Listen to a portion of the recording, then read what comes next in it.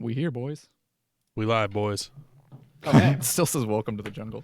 Welcome to the jungle. Welcome to the jungle. We got fun games. So, I have a list here. Of who? I have too many keyboards in front of me. Well, that's your own problem. How A many do you list have? of Rolling Stone magazine's top 100 singers of all time. You know what I should do before you read this? I'm going to start recording on my end. You should probably do Good that. idea. Okay. So, the Rolling Stones I did list see this tweet, so I've already seen it. But yeah, keep of going. top 100 singers of all time. Number 1, Aretha Franklin. Number 2, Ray Charles. Number 3, Elvis Presley.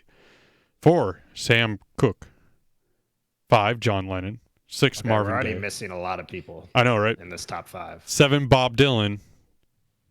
8, Otis Redding. 9, Stevie Wonder. And 10, James Brown. How far down is Freddie Mercury? 18. That's dumb. That is the dumbest thing I've ever seen in my time. And not even that. I think, shit, where is it? I'm looking through, Whitney Houston. Where the hell was she at? She was like 40. Yeah. That's ridiculous. Like, way far down. Prince was Mariah 30. Carey was like in the 70s. Yeah, like, what? Friggin' Axl Rose was above Mariah Carey. Yeah. Welcome to the jungle, as they say. But the best part about this list is they censored Joe Cocker's name. Did they really censor it? Mm-hmm. He is number 97 on this list, and it's Joe *****ER. Why? Who I don't made know. the list? I don't know. Rod Stewart didn't get censored, Rod Stewart. That's funny. so yeah. That is funny. I don't. So I'm recording Bono's now. number 32. Fuck this list. There's, All I mean, right. there's a lot of singers out there, guys. Yeah, but actually, the best tweet I saw about this was from Dane Cook. And he said, Really? yeah, and he said, and I quote, internet lists, like top whatever internet list by someone else, are just as useful as watching someone's wedding video after they've been divorced. Dane Cook is also the guy, though, that would be really mad that he wasn't in like the top 10 of like greatest comedians of all time. Like, Yeah, he was probably. complaining Singers of all about time. it. Which is probably why he hates internet list. But he's not wrong. Like, you're just looking at someone else's opinion, even if it's multiple people's opinions. Like, if He's we're definitely like Dane Cook's definitely like the guy that's on the Facebook post about like where are they now? Like you won't believe what these comedians are doing now. He's definitely Tweeting. that guy. they're tweeting. That's what they're doing. Trying to still be comedians. No, I was one of the people that actually kind of liked Dane Cook when he was I watched Dane Cook when I was in high school, but I was also in high school. I mean, yeah, I guess. That's true. I was too. But I still remember liking him. Like, I watched his last stand-up where he was, like, around 50 people or something like that. And it Did you was- know he's dating like a 17-year-old or something? Or That's a 16-year-old? weird. Yeah, it's really weird. Well, he really fell off the wagon when he got caught stealing a bunch of jokes, kind of like Carlos Mencia. So Forgot about him too. I watched his stand-up last year, I think. I rewatched it. I was like, wow, this was bad. I forgot. I thought it was funny back in the day. And then I just realized he just says beaner a lot. That's his shtick. As I've gotten older, I've realized that, one-note comedy is not funny to me anymore. So, like a fat guy who only talks about people being fat, not funny. You mean like that one? Who was that other Mexican comedian? Not Gabriel Iglesias. That's all he talked about was being fat. He talks about it a lot more now. No. No. I mean, like his newer stuff. So I was like, all right, he's funny. But who is the guy, the other fat guy? Rob? Ron? No. I don't know. Not Stampler. Ron Stampler Like one of his from I Am comedies. Ron. Yeah, one of his right. One of his comedy specials was like make me a sandwich or something like that. I don't know. And all he ever talked about was being fat. It's kind of like I don't remember that guy. That's when a black comedian only talks about being black. I'm just like, come on, you got to have more material than that. That's probably funnier if you're not white. Maybe, but yeah. Then again, like it's I just think one of those things that like I'm not fat. I don't think this is that funny. I don't get it. I used to be fat, and I still didn't think it was funny. I don't relate. But no, like Dave Chappelle is hilarious, and he doesn't. That's because his whole bit is about like hating everyone, but like living a white life, and it's really funny now because he just jokes about being super rich. It's true. I can't relate to that either, but it's hilarious. Can't either. Aw. Damn it. You just reminded me that I can't relate to that. Did you know that... Now we're all sad. Did you know that... What was the headline? Jeff Bezos could give every single one of his employees $250,000 and still be a billionaire? Would he still be the richest man in the world? Probably not. But then again, how many... Then why would he do that? How many Amazon employees would have... Why do you need that much money? How much money could he give to literally everybody? But he wouldn't be a 200 billionaire.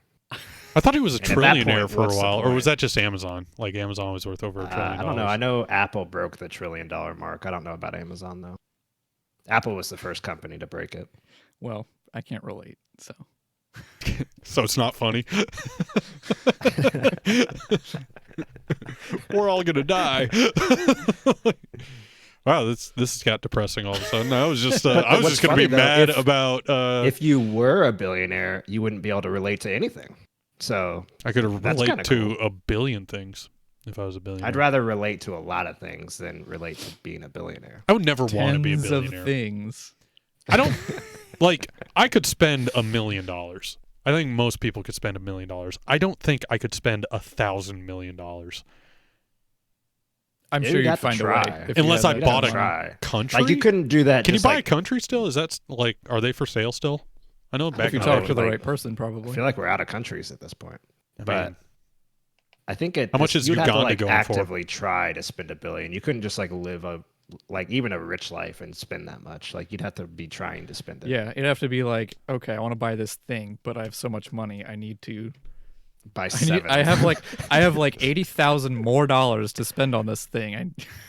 I need more of it, or I need a better one. I need at least 500 Bugatti Veyrons because they are $1 million cars. I can't relate. No. I can't even. Is that the joke? That's just the joke of the night, I guess. I can't relate. Yeah, I'm just gonna say it until it becomes fun. Like there's gonna be a lot of that. I think it's already kind of not as funny, but it'll come. It'll come back but around. It will become funny. I can't relate to some of these stories, honestly. But yeah, should we start? Probably. Yeah, we can start. That's fine. I don't have a problem with starting.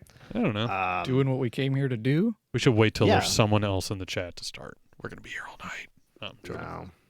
I'm joking. I have to be at work at 6 a.m. We should probably do things. Which one? Which story? Do you want me to start us off? It's your turn, right? Or is it Doug's turn? I think so. I haven't done it in a while. I don't remember. I did it twice in a row for some reason, so I know it's not and my then turn. John was last week.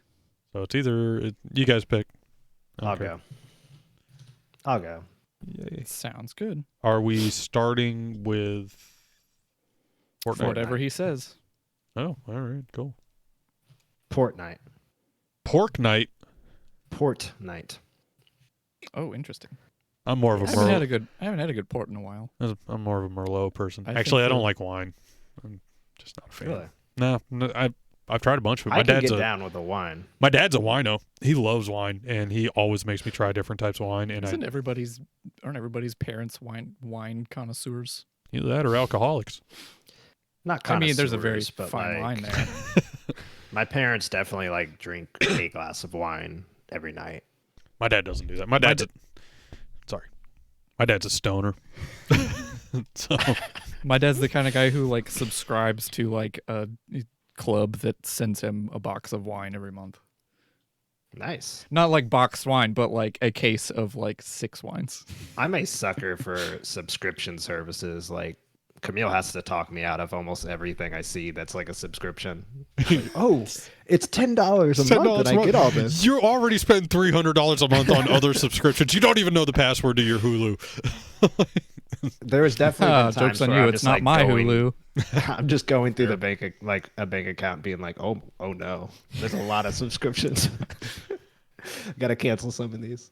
Well, I mean, I got 4 subscriptions, I think. Does our own Patreon count as a subscription? Yeah, All right, 5. it's a monthly recurring payment. Something like that. So 1, 2, 3. Does my mortgage count as a subscription? Yeah, right. Yeah, monthly Car recurring payment. Like, I'm subscribed to my mortgage for 30 Except years. no, because it has to if you have it set up for auto withdrawal, then yes, Oh, it has to be automatic. I don't I could, but I don't, especially on my car payment because I pay more I on think the ours principal. is set up for auto. So I guess so. just My because- mortgage isn't a subscription, but my college education is. Yes. I'm subscribed to something I don't use I anymore. already received that. Yeah. Yeah, right. Back pay. All right.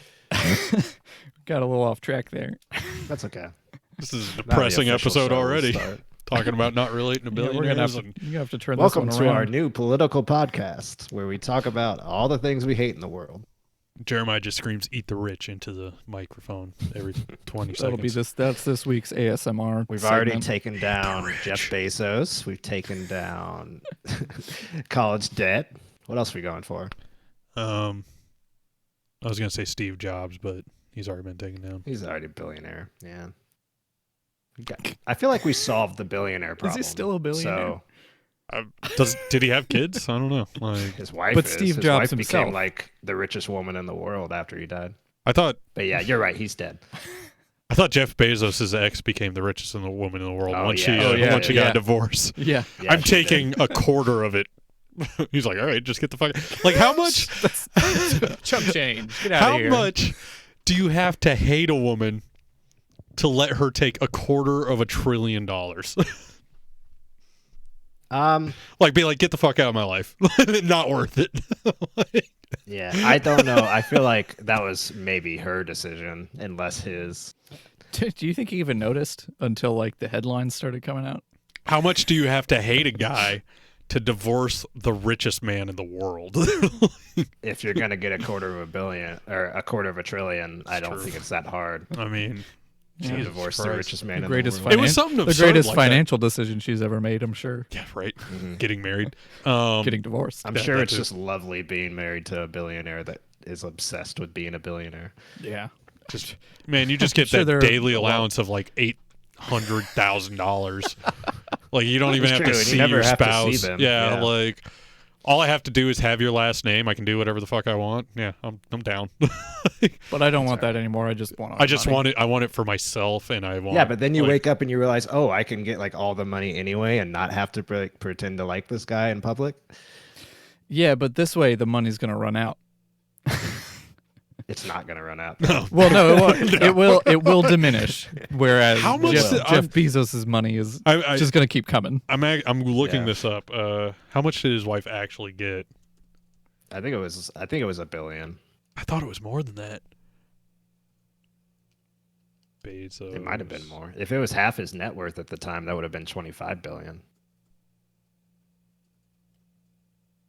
which is a lot of money. It's quite a bit.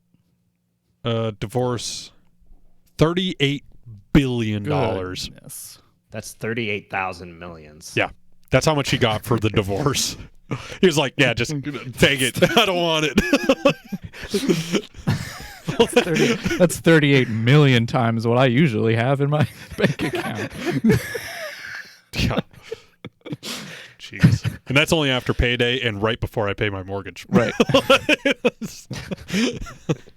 38. There's like 1 week a month where we hit that got a good chunk of change and then it's all gone.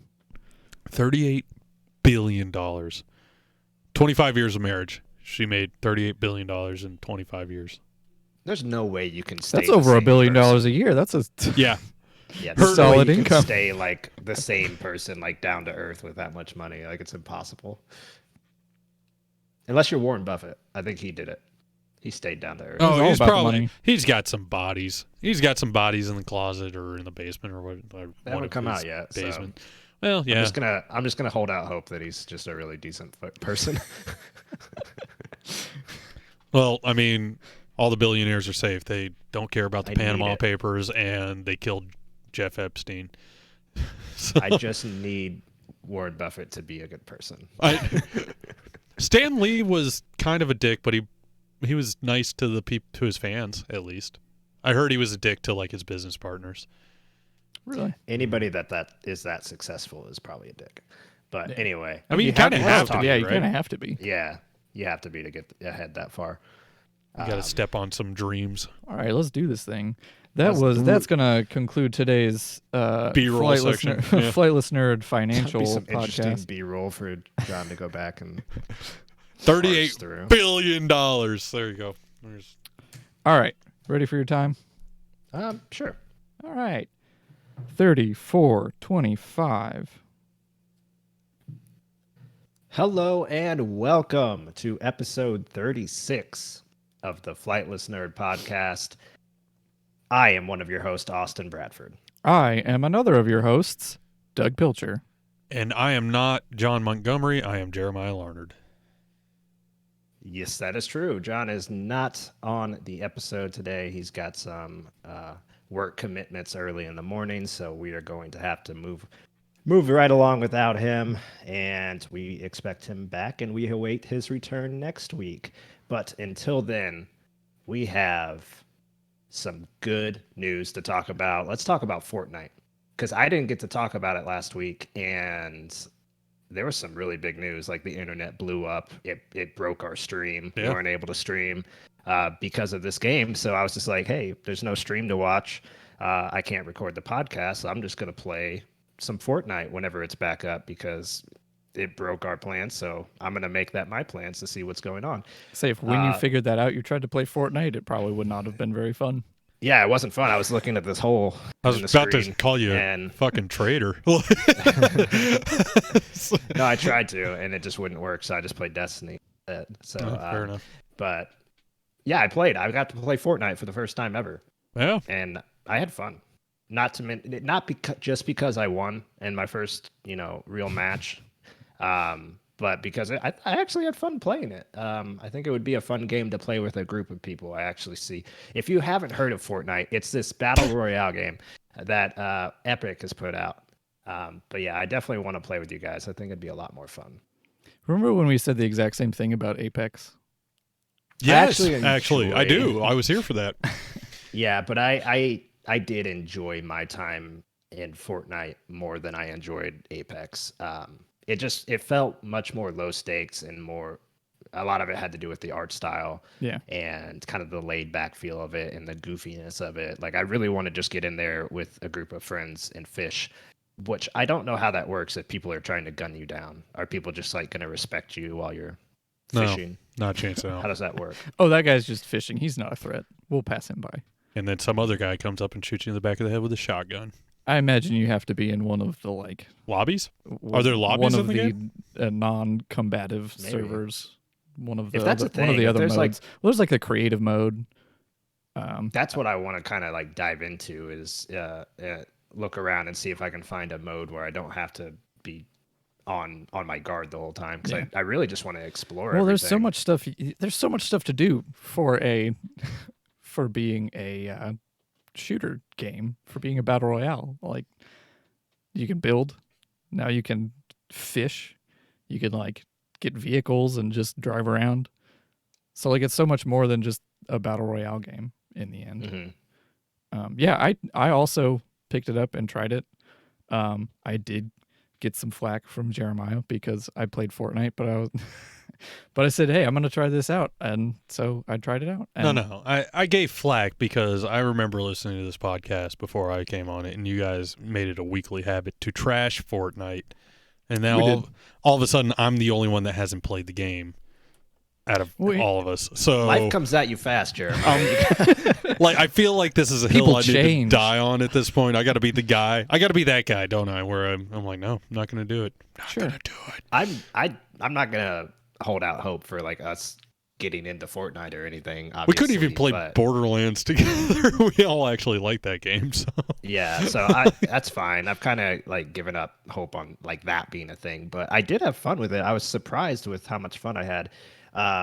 Doug, what did you think of? We obviously can't compare Chapter 2 to Chapter 1 because we didn't play a Because single we never minute of played Chapter 1. Chapter 1. Yeah. So we're not going to talk about like really the changes like to the map or activities or anything like that because I can't really compare them. But what did you think of the choice to whenever you booted it up, it threw you right into a match? I was caught off guard and thoroughly confused. Mhm. Because when you do boot it up, it showed this cinematic trailer, which I had already watched. So I just I actually played this on my Switch, by the way, because I had it on hand and was like, hey, Fortnite's on here. I can try it. Real quick, how does it control on Switch? Well, I can't really compare it to other systems because I haven't played it on other systems. I thought the actual, like the right stick viewing, looking around was a little weird. It felt just not super sensitive. I don't know. I guess I probably could have played with it's not a mouse and keyboard, interesting right? Yeah. that you say that, but because I played on PS4 and I felt the same way about looking around. Like it felt kind of heavy. Yeah. I think And it's that probably might just be the design. it's more made for mouse and keyboard, though. I think. I think so. Made for Yeah. mobile. Played on mobile. Ugh. You gotta play it on that phone. I don't understand how. That's why I'm gonna people play do it. that. I'll play it on phone. That's a lie. I'm not gonna do that. Well, now that you can hook up a PS4 controller to your iPhone, like makes it easier. It's also true. Yeah, so I booted it up. It showed me this trailer, which I had already watched. So I just kind of set my Switch aside and was like, all right, I'll let this play. I'll finish something else up really quick and come back to it. And when I looked back at my Switch, I was falling through the sky towards this island and was just like, oh, shit, okay, this is happening. So yeah, with no preparation, no tutorials or anything. It was just like, here you go. You're playing now. So were you playing with like sound on and everything? Yeah.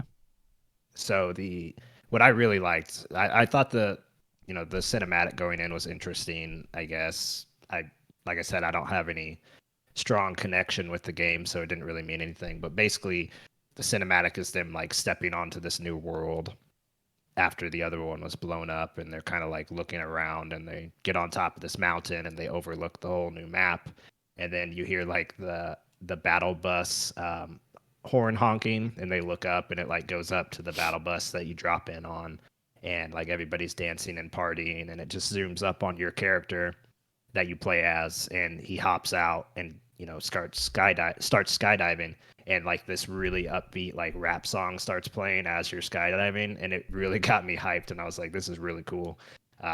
It gave me like the I know this is a maybe a sacrilegious comparison, but the "What's Up, Danger" scene from Spider-Man into the Spider-Verse, it gave me that kind of hype level, and it was really cool. I'm gonna have to watch the cinematic now, but like I don't know if it won't work if you're just watching it. Like you've got to like play it to get that kind of response. But I guess I'll never know. Yeah, I enjoyed it a lot, and I really like the decision to just drop in new players without any tutorial, because I think that at this point you could get really bogged down in the menu selection. Like whenever you boot up a game, I think it would be kind of daunting to look at the menu and not really understand what you're supposed to be doing. And the whole point of playing Fortnite is to actually play a game of Fortnite. So, and it's not like you have a lot of modes to choose from. So just like if somebody's launching the game for the first time, don't waste any time. Get that player into the gameplay and let them experience it that way.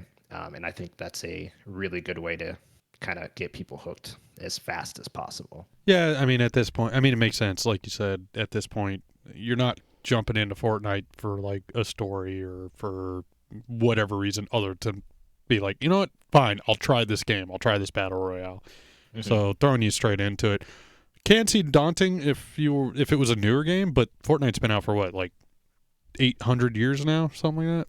Yeah. So, and I would have liked, like, if I had to change anything about it. I would have liked a small tutorial about the building because I still don't know how to do the building, and Yeah.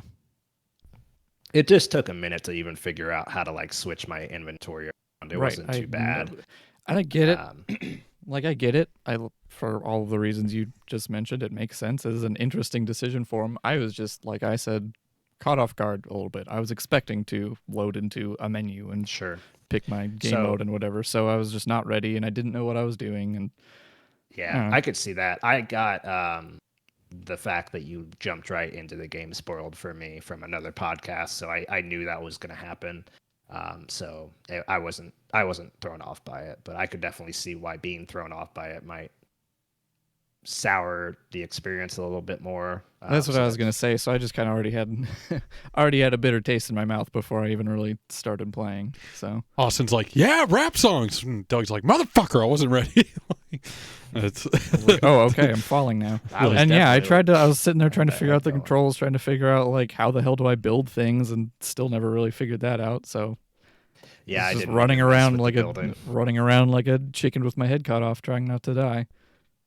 So the next thing we'll bring up about it, and probably the last thing we'll bring up about it, because we have other stuff to talk about. But like I said, I did win my first match in Fortnite, but with a very strong caveat of there are now bots that are in the game that are running around that are basically, they don't do anything. They barely even shoot. So it's pretty easy to score some kills. And I don't know how many of the kills I got were bots, but I won the battle royale and I got like 7 kills in that time. So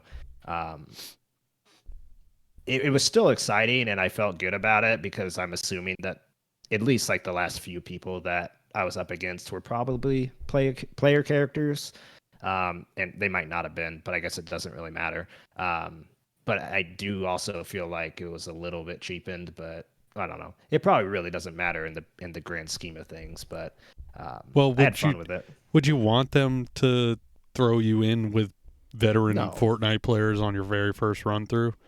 No, Like, and you I would never learn that's anything. why Yeah, that's why I never got into Apex, is because I couldn't even. keep I up. barely saw anybody before I died every single round. Yeah. But I don't know. I would have liked to. The fact that I hopped into this game that's been around for 3 years and won my first game was like, okay, I feel like you're pandering a little bit. And that was a little negative feeling, but whatever. I thought it was still kind of cool to get a win under my account, even if it was a cheap one. Yeah, I got third place and got a handful of kills too. Mm-hmm. But yeah, so I did not know about the bots thing, but it makes a lot of sense. I feel like there were a couple characters I saw just running around, not really, Trying to figure out how to fish. not Just shooting at killing me those- or anything. Killing those poor kids trying to figure out how to fish.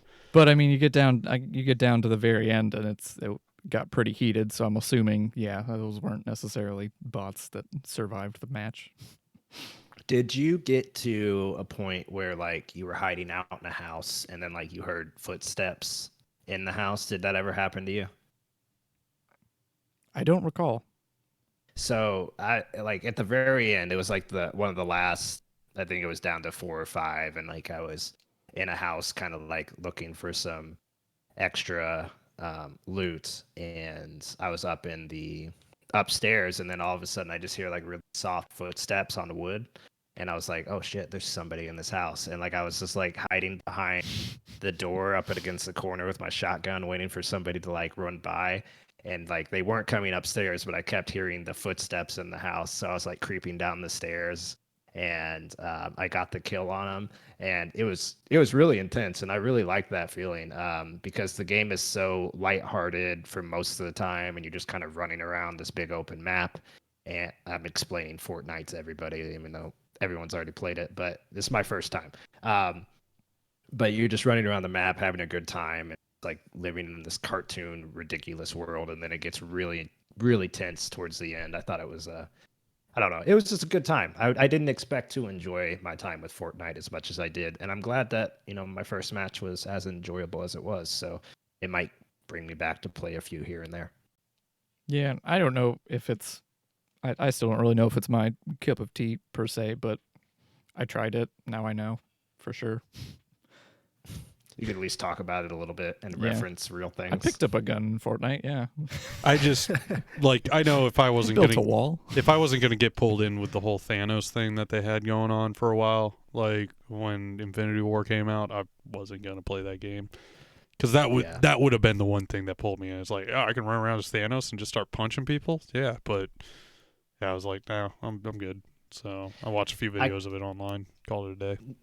Now that I played it, like I can definitely understand why people are crazy about it. Like I get that feeling. It's still not like I'm still not gonna like drop every game for it. I'm probably rarely going to play it, but it was. I mean, I get where people are coming from with it. So what you're I have more saying respect for it. is the one time you're going to play it again is we should probably just like stream it all together. Yeah, Yeah, so we can all suck together. Have a Flightless Nerd Fortnite stream. We're gonna have to I get it all wanna on the get same in con. there. No, it's got crossplay It's crossplay. now. Yeah, so Yeah. So, and yeah, I'd be fine to do that because I think there's a lot of fun to be had on that map. do they have teams on Fortnite? Yeah, You do doubles I and think they have like triples. four. Do they have four? I think so. Yeah, don't I'm pretty sure it's 4 because Apex was weird because it was only 3, right? Or that's what people thought. Just like, really, only 3? It's usually teams of 4. Well, I'm far more interested in diving into doing like the creative mode. I don't really care for the whole battle royale part of it.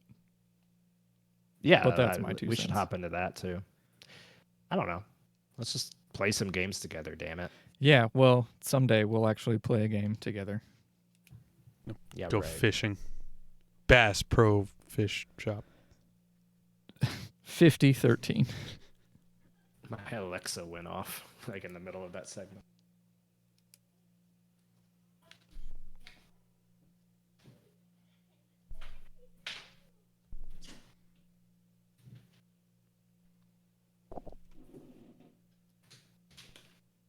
His Alexa went off?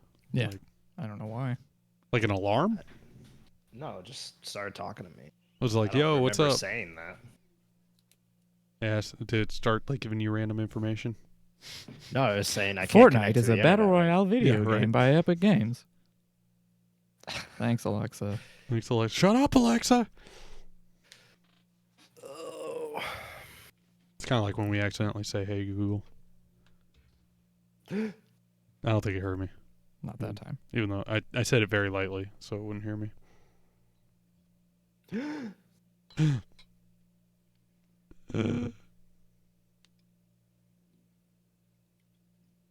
All right, what's next? What is our next topic? Movies?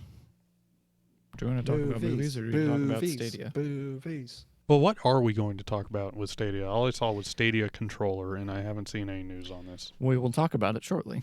Well, I would like to know what the hell we're talking about.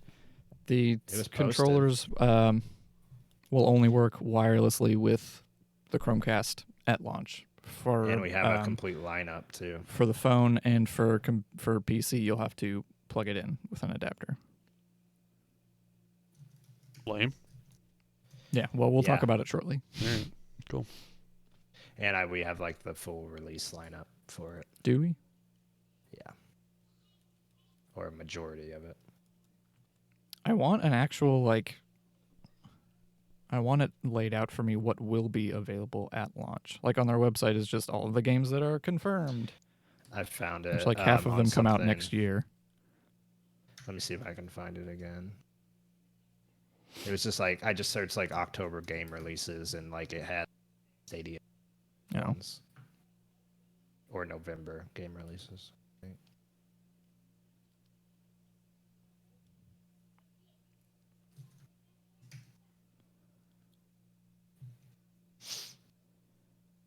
So are we going to do that next, or do we want to talk about Scorsese and Coppola and Marvel? I don't care which one we do first. Doug, you intro us into this segment, and you intro us in with whatever you want to talk no. about. The pressure. Under pressure. I will share this link in Slack. The November section has all the Stadia games. Number 30 on that list. Okay. The fuck? To Where'd it go? skim through that. All right. So let's talk about something. What should we talk about? All right. Video game release dates. All right. 53, 45.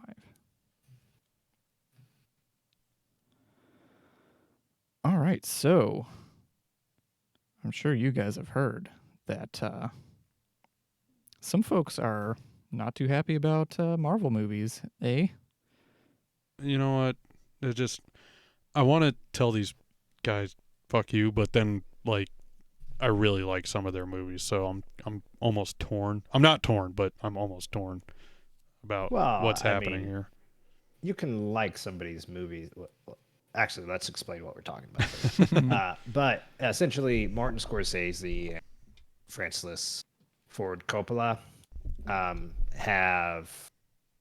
just two of, I think, multiple like highbrow movie that are coming out against MCU movies. Not even coming out against, but just like bashing MCU movies Randomly, for yeah. essentially no reason. Just it might be prompted in like interview format. People are probably asking them like what they think about the movies, but like really unnecessarily being negative towards the movies. Yeah, it was probably that's like the background. it's probably like I don't know in what context Martin Scorsese first mentioned that he doesn't think the Marvel the MCU movies are quote cinema. And then after that it was probably just interviewers coming up to people like, so what do you think of the Marvel movies? Yeah, they're asking everybody now. But so his opinion that they were not quote cinema, which what does that mean? And then Francis Ford Coppola comes around and says like, all right, he was being nice. These movies are downright despicable. So Scorsese also related them to being more like theme parks. So like, if we're really getting at like the meat of their opinion, like I don't necessarily disagree that there's a difference between cinema and blockbuster film. Like I don't disagree with that. I think that the distinction though is completely like up to who's watching it. Like Martin Scorsese's opinion of cinema, I could have a completely different opinion of what cinema is. Like I could make a home video of my dog licking his butt and like that could be my cinema. And Scorsese, like he could say that's not cinema, that's just a dog licking his damn butt. And I'd be like, screw you, Scorsese. You don't like, know, he could find that's something art. he could find something beautiful in that. Well, so like it's nature. My problem with his argument is I believe he said cinema is characters on screen, and you learn about the characters. It's character acting. Like I believe that was the crux of his argument, and that's what the MCU movies are. I was about to say, like, how can you watch like even Iron Man 1 and see the evolution of Tony Stark and go, that's not about a character, that's just a roller coaster that has that has no emotion to it, nothing. And even that, like if you go even further, like think of a movie like Captain America Civil War. Like the whole reason you're watching that movie is not because you're watching your favorite toys mash up and fight each other. It's because you want to see like the end of that movie. Spoilers for Civil War if you haven't seen it for some reason, but that moment where Tony Stark figures out it was Bucky that killed his parents and he asked Cap if he knew. Like you don't get that moment without building those characters over multiple films. Mm-hmm. The biggest difference is not only are these blockbuster movies, but it's an overarching story where if you stay informed and you watch the movies, they become payoffs within themselves to watch it versus, a regular standard 3-act movie, which a lot of movies were like that. But I mean, Coppola should know all about that. He made the Godfather films. That was a 3-movie arc. Like you can't just watch Godfather 1 and then not watch Godfather 2. I mean, You Godfather. could take or leave. Yeah, 3 you can take or leave. I mean, and the trilogy, like the third one always sucks in the trilogy, but well, not always because Captain America: Civil War was amazing. Return of the King. Return of the King was amazing. Return of the Jedi was amazing. But okay, so that point That doesn't was stand. the weakest one. Yeah. But okay. That's a good movie. It's a good movie, but that was the weakest point of the 3 that you made. And at least I didn't say Terminator 3. Yeah, All right, that would have been bad. let's bring it back. Anyway, but yeah, I mean, like, these are a couple of guys who are very, I'll say conservative in their views on movies because they think the past should be the past. But I mean, you go far enough back, all we had were gangster movies and Western movies. And now it's just a new age where we have superhero movies that are the new gangster movies and Western movies. That's what's been replaced because that's what Hollywood is making because that's what makes money. And you can't just be like, no, my films are cinema and yours aren't without even watching the films. I would put $20 that neither of these guys have seen a single Marvel movie. Yeah. You know? I was gonna make that point next. Scorsese says it isn't the cinema of human beings trying to convey emotional, psychological experience to another human being, which, False. to your point, like these movies are full of emotional and psychological experiences. Also, yes, he outright says, I don't see them. So I tried. So he said he might have seen like Iron Man, the first one. maybe, but even if you saw Iron Man, like He probably was like, maybe he didn't remember it A lot of because he's people old. are talking. A lot of people are talking about this movies. I better go see this Thor: The Dark World. Yeah. See what they're talking about. Ant-Man and Wasp, like fucking. Well, Yeah. I don't know, but I just don't see how you can watch any of the Marvel movies at this point. Yeah, they're formulaic. If you want to call them formulaic, by all means, because at the end there's usually some laser shooting up in the sky that's about to destroy the world, right? The villains hardly ever matter in the Marvel movies. Like there was only 3 good villains in Marvel movies. We got Loki, we got Killmonger, and Thanos. Any other good those villains? are the 3 that come to mind. I mean, hell, even DC can't do good villains. Like these are the stories about the superheroes. They're not the stories about the villains. So I'm okay with that. So if you want to say that's a weak point, cool, because I agree. These movies have their weak points. Some of them are just okay. They're not like, classic movies. A lot of them aren't.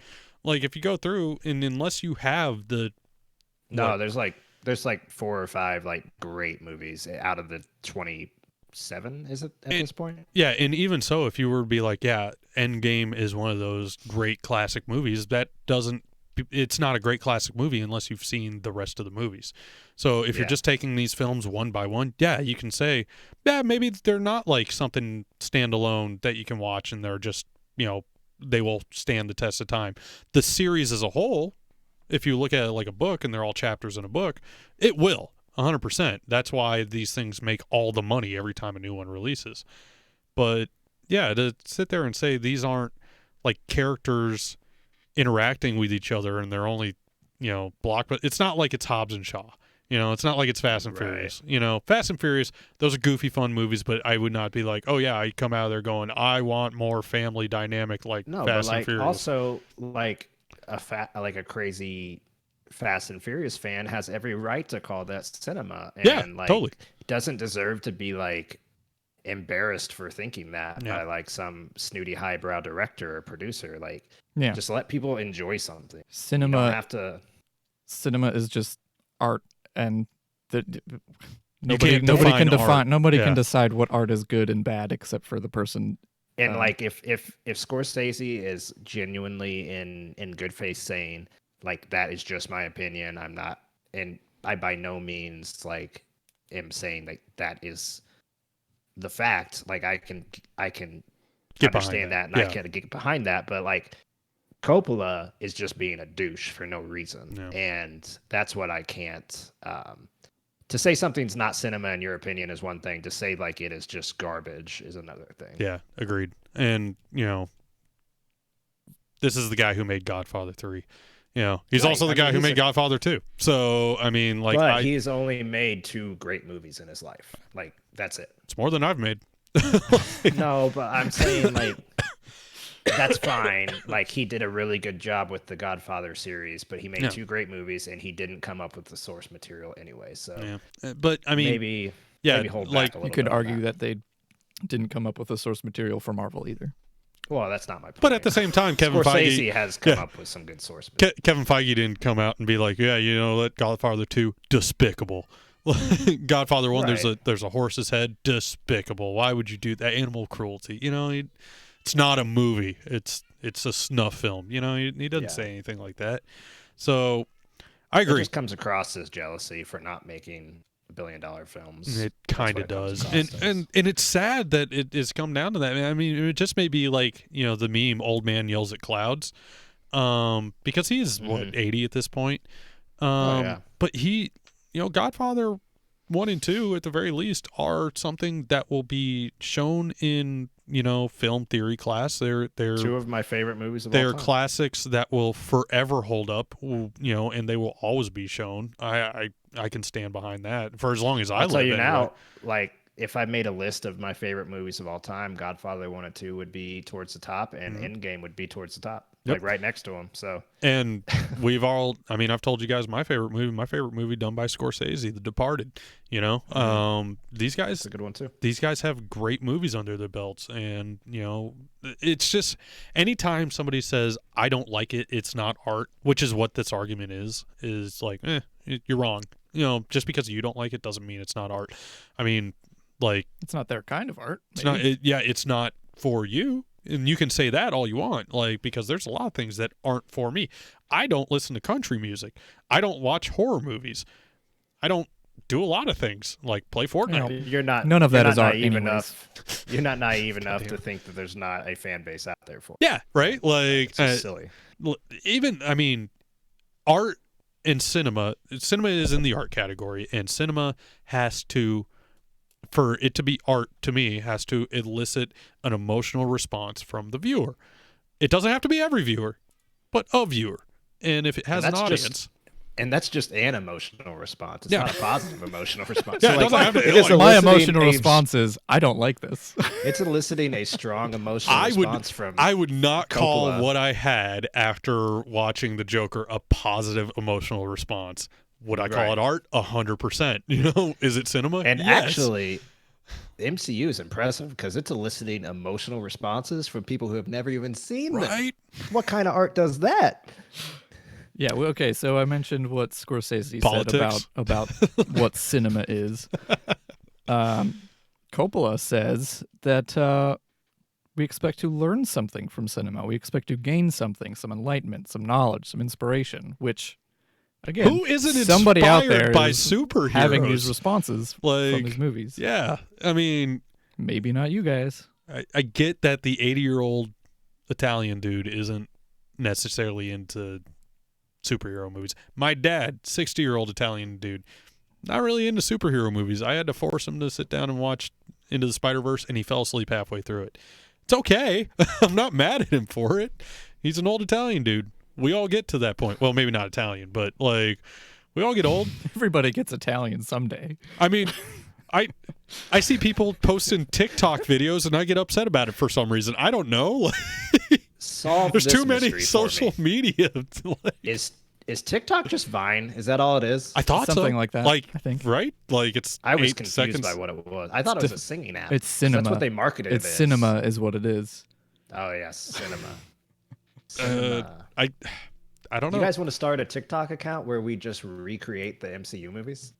Yes. Like one at a time within like the 10-second Like time scene frame by that we have. scene? Yeah. Alright, cool. Let's do it. So yeah, Martin Scorsese, Francis Ford Coppola, both great directors, perfectly respectable people, not fans of Marvel. Which is their- okay. That's their It's opinion. okay if you don't like Marvel. To each their own. Yeah. There's a lot of people that ragged on the DC movies, but there's a There's audience There's 3 out there. people out there that enjoy them. Yeah. I mean, and James Gunn is going to do the next That's Suicide generous. Squad, so I'll watch it. I always watch them DC movies, so I don't care. 107.52. You're allowed to have an opinion, and you're allowed to be wrong.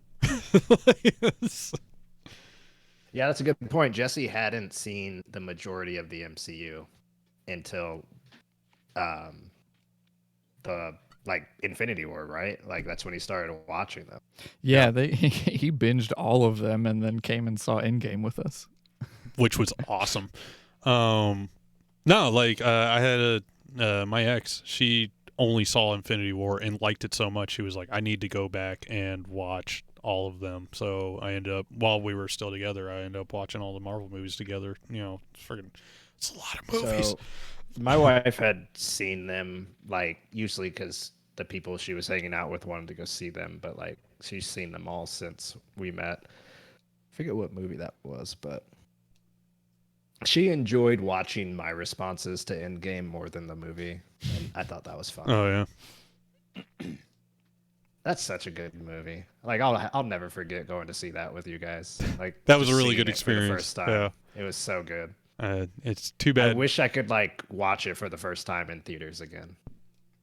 Yeah, That was really cool. I still have to watch it for the second time. You haven't watched it again since then? Nope. I've watched it like 4 times now. Yeah. It's I've seen it 4 it's a times. commitment though. You gotta Right. you Yeah. gotta prepare for it. You know? One of the times I did skip to like the end just to watch How the scene. dare you? It's such a good scene, man. Which one? The whole ending, or just Don't want to spoil it for you. there's a If you there's haven't a seen it. part?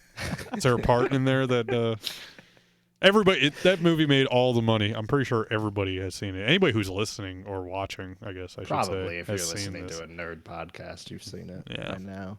We Or at used least to. had an opportunity. It's getting a little unbearable now, a little unruly, and also we have a kid now. But I think pre-Infinity War is probably the last one we did it for, and the last one we'll ever do it for. We would go through and watch all of the movies before going to see the new release, which is like, It's a month. That's a It took- month of watching movies at the very least. yeah, we'd get through like 1 or 2 a day. Because it's like you said, it's 27 It's movies now. about 30. Yeah, so it's almost exactly means a you month. would If you have watched a seen- movie a night, it would be That means it would be Iron Man that you'd seen 27 times. at least. Also, It's up there. Thor and Dark World and Iron Man 2 at this point. Well, and we haven't been doing it since Iron Man came out. That'd be cool. You should. When did that go? That You was should what, go back in time and do that. 8. Yeah, I was in Yep. high school. I wasn't doing that kind of thing back then. You weren't even dating your wife back then. Nope. We were afraid of girls back then. Wait, 2008? Yeah. Nah, I was old enough to enjoy girls at that point. I was in a That's a rock joke. band, man. I couldn't be afraid of girls. We were trying to make our dreams happen, man. I had to make up. I had to make up from being in band, like high school band, not a rock band. Oh, I was also in marching band in high school. Yeah, so But, that was, we were the cool kids at our school. I had to get it Or in. so we where, thought. like, I had to get like women into my life where I could, because I went from high school marching band to an IT guy. Like, there was no like cool period in my life. I was always a nerd. So There was no cool period in my life either. But I look back fondly on most moments of my life. It's been a fun ride. Yes, it has. Doug All just right. drops dead. It's, shit. See ya. Well, this room's gonna smell in a couple of days because I'm not carrying his body. I don't like to Not my touch dead problem. bodies. Not my house, not my chair, not my problem. Not my chair, not a problem. It's gonna be tough turning all the power off. Might have to have. Yeah, I can. You got wheels on your chair. I can scooch you out of the way. Scooch. I forgot about that video. That's such a good. I need to go watch that again. Wait, which one? Probably haven't The- seen it since high The school. gecko video. Not my chair. I'm pretty Not sure my I chair, only not my I problem. probably saw it once because somebody else made that reference, and then we were just always making that reference. You only seen it once? Probably, yeah. I've seen that so many times. All right. I haven't seen it. Yeah, it's just a gecko. Like they animated. The story is, I don't know if it's true, but they animated a guy that was like high on, like locked himself in a closet, and they recorded him, and then they animated like a gecko talking to what he was saying, Ah, and it was really funny. The last lizard/amphibian video that I laughed out loud at crying was I like What? seahorses. I like seahorses. I like things with seahorses on them. was a turtle humping a shoe and making funny noises. Ever seen a turtle? Nope. No. It's really funny. Think I care to. It's hilarious, actually. Not gonna lie. Did you search for that? No, somebody showed me on YouTube. They're like, "Hey, watch this." You know what I really Somebody want to search see for that. is a turtle humping a shoe. Do Just your work, for Google. that video to become popular, somebody had to search.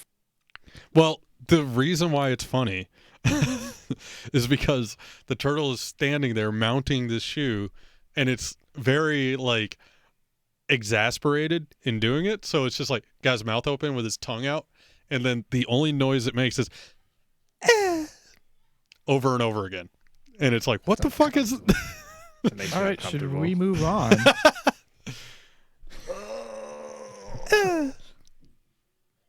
Yeah, let's move on. Let's talk about Stadia, Stadia. my system of choice. Oh, by the way, I'm mad at you, Austin, For what? because I saw you get up and you're wearing like pajama pants, and I know that Yeah. you have AC and it's comfortable in there, and it's hot as balls in this room, even with just Yeah. me and Doug in here. Sweating. I definitely leather like, chair. Yeah, I'm sticking to the definitely chair. feel pretty good. Soaking through Like, my jeans. I think hate I you have so a much. heater You're wearing going. jeans? Oh, there's your problem. Well, it's cold outside. No, it's not. Well, it's kind of cold. It's getting chilly. It Like it's gets definitely not chilly. AC. It's just like it's a well temperature house. Like it's a good temperature in my room. You know, it's like a house of temperature. It's like a The temperature house is in house. New Orleans. The house. It's a House. It's like a house of a rising sun or something. Be This is like a house of a rising sun. so from Jesse, Japan. don't go watch the turtle video. Vizio? You're sending listeners away from the stream. He can open another tab, still be watching. Just No, tabs, no. man. that's Google has tabs. I assume he's Tabs watching in stress Chrome. me out, man. Really? I have to have no more than 2 tabs. Jesus. That's some sort of weird OCD I've never heard of. Can't I do don't it. even like when I'm like working on something and have to Google something. I just open a new tab Right. and then like If get back I to have work, to open, and then I have to look up something else. So I just open a new tab, and I end up just having like 30 tabs open. no, I got that control or that Command W like fucking so fast. I have 1, 2, 3, 4, 5, 6, 7 tabs open. 8 tabs. I would open use right my first tab is like, you know, my main screen that I need. The second tab is usually I'm usually doing things on 2 different sites, so like the second site, and then the third is for looking up, and I close that one as whenever I'm done looking up. Like I can't just have a third sitting open. And the moment that the tabs start to shrink down, oh my god. Shock. So like Man, you I sit don't know there what to and you do. go, So all right, much I've looked up anxiety. what I've needed to look up. You close it out, and then eventually you have to continue looking things up. So you open up a brand new tab. It's just Command T and then it opens to Google. It's not like it's difficult. Wouldn't it be easier to leave the It's not like tabs you're gonna open? run out of resources. Well, with Chrome you might. Honestly. I only have so many tabs here to use, so I better use them sparingly. Oh God, they're shrinking. We're all gonna die. When they shrink, I Can't read what it says anymore.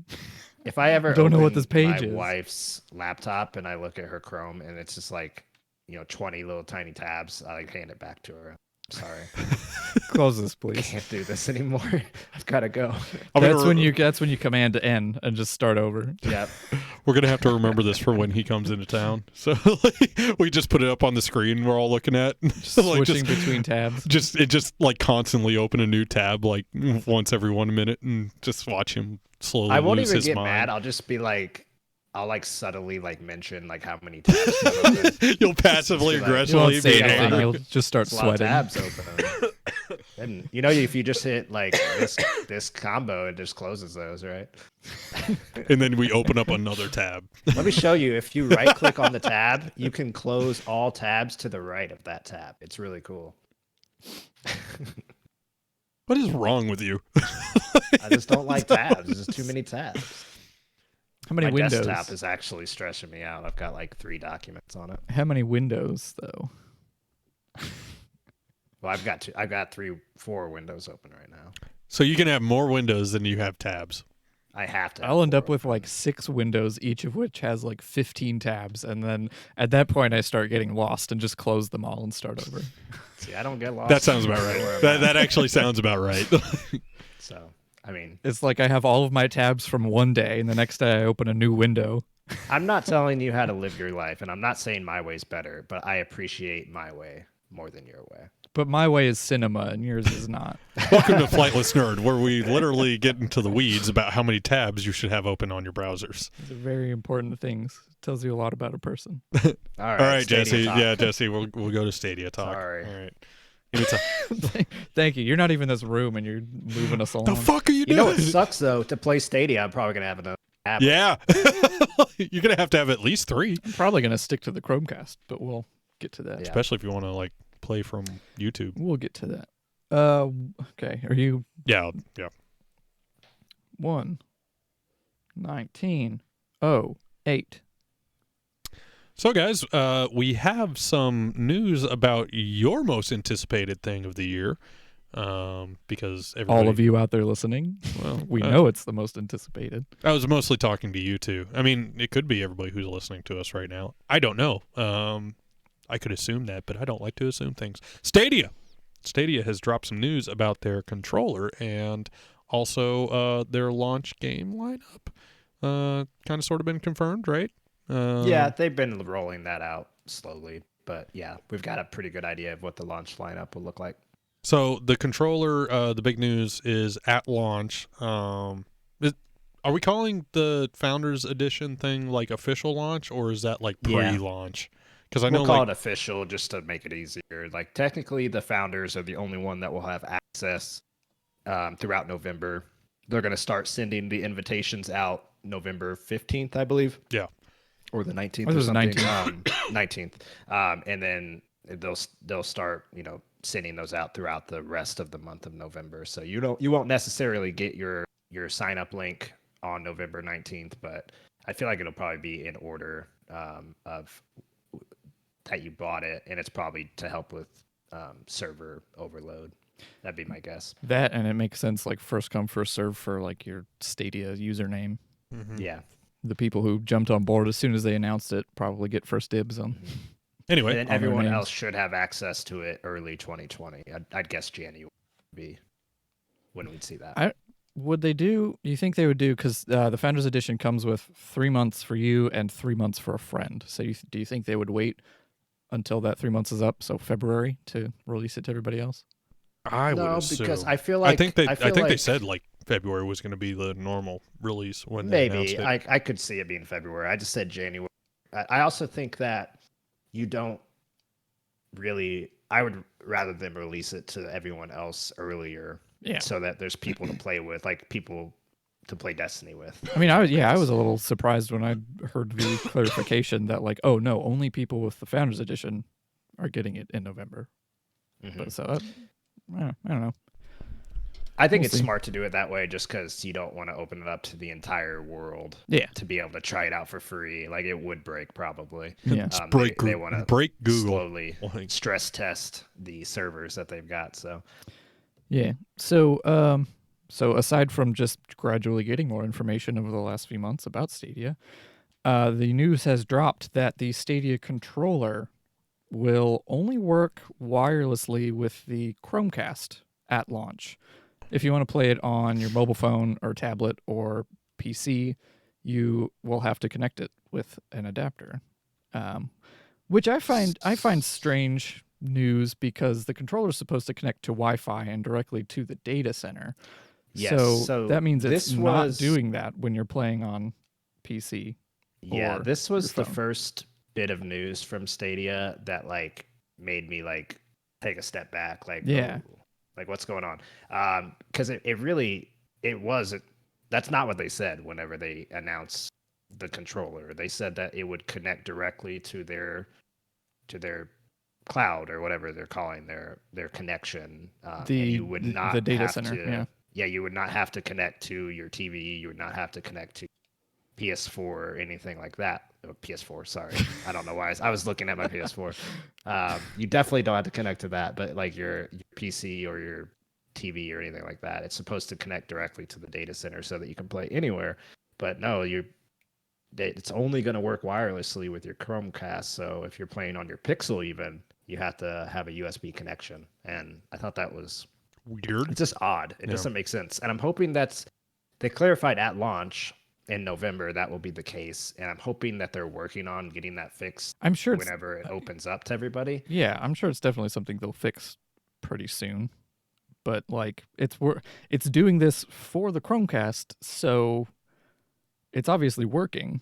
I don't really understand why it's not going to do that for It has mobile to be connecting or to the PC. Chromecast. Like, I think it's not working properly with the connecting directly to their database without that third party, because it's obviously going to be connecting wirelessly with the Chromecast directly. Well, maybe Well, it's not connecting to the Chromecast. It connects to Wi-Fi to the data center, and the data center is also streaming the game to your Chromecast. But did they say that for sure in this yeah, announcement? that's how it works. It doesn't connect to your Chromecast. It Yeah. just connects to Wi-Fi. And it makes sense that they want to do it like that, or it's like, hey, the connection is only going to be stable if you have a Chromecast and the controller on wireless, because to get the Founders Edition, you have to get a Chromecast. So they're able to say something like that and maybe work out the bugs on the rest of the stuff. Yeah, it really doesn't later on. matter for anyone that bought the Chromecast, except if you wanted to play on your PC, which wirelessly, which you cannot do that now. Well, I would Yeah. love to do that. But Well, you and know. a point of clarification that is, I don't know, was really confusing for people up front and may still be confusing is you do not need the Stadia controller to play Stadia games. You can use an Xbox controller or a PlayStation controller or whatever you have lying around Keyboard to hook it up mouse. to your keyboard and mouse. Hook it up to your PC and go. You don't even need to pay for Stadia Pro. You can just pay for a game and go, Mhm. I'm still kind of Yeah. annoyed by that. which I think is beautiful. I mean, Two very different things. well, like we were talking about it earlier, it's just like, oh, subscription's good, right? Because we like subscriptions. Austin likes subscriptions anyway. He likes them so much he loses track of them. Sign up and I don't think about it. Yeah, I don't forget to pay for it. And so when I think of Stadia, I think of a subscription streaming service. It's like, well, I should get some stuff with it, right? Like game Which wise. you do. Are we going to get into this argument again? No. I You just get No, you're all getting of- into this argument again. I'm about to start We get- arguing with you, so we're getting into this argument again. You do get stuff. You get all of the Destiny games. I'm assuming And they're you're- gonna be rolling out more games in the future. I hope they I think are. it's gonna Oh, be they like are. a PS Regularly- Plus subscription yeah. where you're Yeah. And you're not subscribing to a library of games. You are subscribing to The service. a console, Yeah. essentially. So instead of buying a brand new PS4, you are subscribing to Stadia. You don't even have to subscribe. You can just pay for a game and use Stadia. So No. it's just not even. We just won't even do it this time. Let's just move on. I told you I wasn't going to argue with you. I'm agreeing with you. You were just gonna say I'm not gonna argue, but I'm gonna make this point that is the argument. No, Not gonna argue, but All right. I am just, like I said, I'm just a little annoyed by it. I don't know why I'm annoyed by it. Like, because in my brain, it never Right. reverted back to That's fine. how it's supposed to be, but it still peeves me a little bit.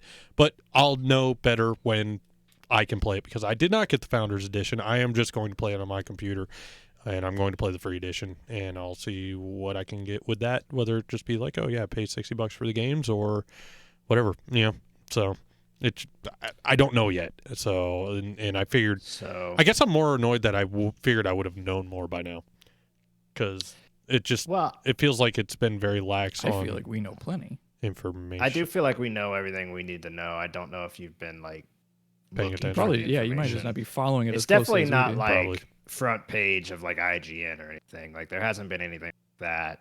I just but haven't it's seen- definitely been Yeah. news rolling out. I mean, Like hell, I get their newsletter, so like I've kind of been kept up to date through that. But yeah, even with this controller stuff, you guys like, we can talk about the Stadia controller. I'm like, I have no idea what you're talking about because I haven't seen anything on it. So it's definitely something I'm watching really closely because like Yeah. I've put the money into it now, and I've bought in, and I'm really hoping it succeeds because I really like the idea of being able to play games anywhere if the connections what they're promising it's going to be, which will work fine for me. Like I can live with 1080 connection and 60 FPS for the rest of my life, really, like on phone or, on my iPad or even on my living room TV. Like that is completely serviceable for me. And most of the game plays, if that is something that they can deliver, it's going to be a real game changer for me. And even though the controller news is a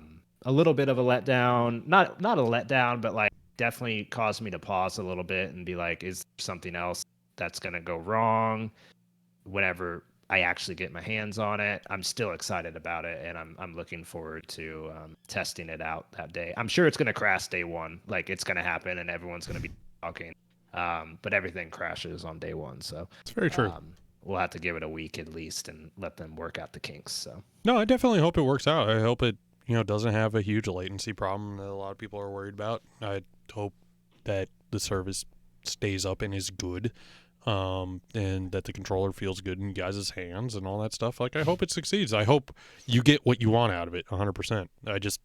Me personally, I'm not invested in it, so I don't necessarily want anything out of it. So, like you said, I haven't really been keeping an eye on it. Maybe I'm just a traditionalist in that way, where it's like, nah, I like my console, I like my PC.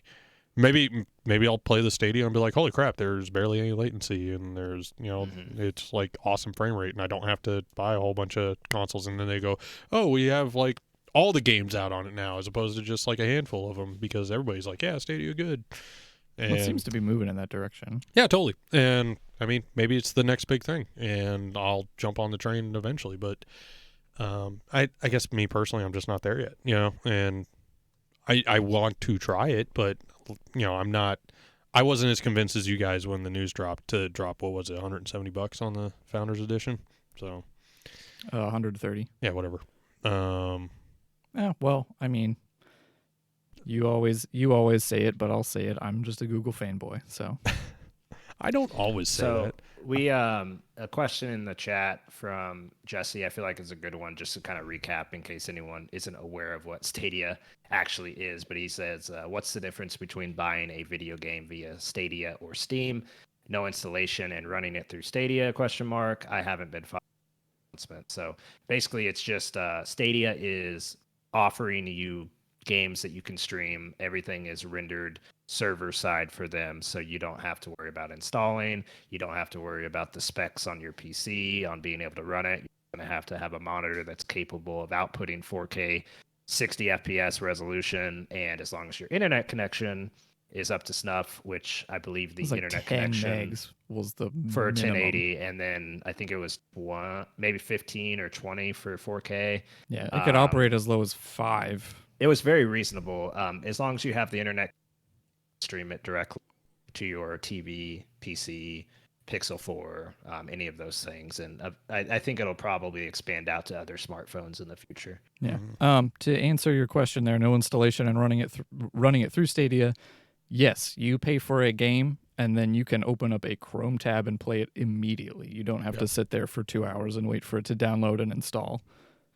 Or on your TV via a Chromecast, or on your smartphone, or on your tablet, or wherever. Yeah, the idea is basically it's Steam, only instead of downloading the games and then having the games on your local hard drive, you just stream them. So it's streaming games kind of like PlayStation Now. And what's the Xbox one that's streaming? Or does Xbox have a streaming service? xCloud or something like that. Yeah. So it's all streaming. It's not, you don't download anything to play these It's games. all running via Google's data centers. Mm-hmm. So yeah. Yep. That is what Stadia is, and that is the difference between that and really everything else that's out there right now. And like you guys have said, PlayStation and Microsoft have both tried to, or have begun jumping on this bandwagon. And I'm pretty sure the Switch original games are streaming as well, aren't they? Because the Switch, like the NES, the NES and Super Nintendo, because you don't download those. Like you have to confirm you're online. I think they came installed on the Switch, but they were just unlocked. I think they all download. I think you download them all as part of the game file, and then you just you do have to be logged in. I feel like It's it was probably a just really like small unrecognizable download. because If that was the they're case. like they're probably like 200 kilobytes. Yeah, they're not big games. Fair enough. That's true. That is very true. But yeah, streaming is going to be a thing in the future when Stadia comes out, not a complete I thing. just really hope, like, not even like for Google's sake, because who cares? They're, mega corporation Google, but like for my sake, just like I really want this to work out and to be something that is successful, because like this is the future of gaming, whether or not it's Google or if it's Xbox or whoever gets the technology to work. Like, this is where gaming is going, and I'm really hoping this is just the system, not even like the system going forward, but just like the one that figures it out, because I think to be on the ground floor of that and being involved from the beginning would be a really cool thing. I think they'll definitely get Microsoft and Sony. It'll light a fire under their butts to. Oh, it already has. figure They this out. Yeah. started working on the cloud stuff for Yeah. the next systems together after Stadia announced. So, Right. So yeah, this will get everybody else moving to figure out their own thing. but do you guys want to run through the list of launch games? Do we want to run through the whole list, or do you just want to? Do you have any specific titles you're really looking forward to? So obviously for me, the title I'm most looking forward to is playing Destiny on Stadia, because I play it on PC and PS4 right now. But if Stadia is everything that I'm hoping it's going to be, it will replace PC and PS4 for my Destiny platform. So I'm really looking forward to that. I'm looking forward to Just Dance and Farming Simulator. I'm really you're full of wondering shit. how Just Dance is gonna work. Yeah. See, not the only one. No, yeah, that one definitely confuses me every time I stumble across it on this list. Well, I mean, the big thing or the thing with Stadia for me is like I'll be a lot more interested when they go, hey, here's our exclusives. Here are people who are developing specifically for us, whether it be indie games, AAA games. To be clear, Jeremiah does have a cough, and that's why like 4 times in this segment he's like died. It's not Doug strangling him when he's talking bad about Oh, Stadia. sure. Yeah, I mean it could be. You never know. Watch the stream to find out. A lot of these games that have been announced for launch of Stadia are games that I've played already. Yeah. Or yes. have the ability to play already. And that's a big holdup for me, is just like, I get it. I get that you have to have a launch lineup and it's going to be games that are already out because you're launching before the next generation of consoles and at the end of the life cycle. So it's just like, yeah, I'm going to pick some games. And there's no major like games coming out right now. Like it's not like, unfortunately, that with aren't the time that they're yeah. releasing in with the Founders Edition, when they're releasing, for everybody, it's going to be February, and we're going to have a lot of games coming out and around that time period. So it's going to be a lot more interesting to see what's available. So, I mean, it's just the time right now, but there's still a lot of really good games, like stuff that if you haven't played before and you're getting Stadia, there's so many good games here. You have Assassin's Creed Odyssey, Borderlands 3, Division 2. You got Elder Scrolls Online. If you a ton of stuff here. if you haven't had the ability to play some of these games, like you just never got around to picking up one of the consoles, or you didn't have the means to pick up one of the consoles, and these are some of the games. Yeah, totally.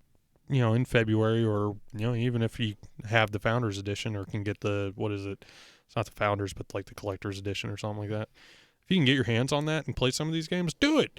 These are good games. I'm not saying they're not good games. It's just one game that I'm curious. I might rebuy for Stadia just to really test the hardware and see if it's really going to be able to handle it. Is Red Dead Redemption, which is going to be releasing for Stadia.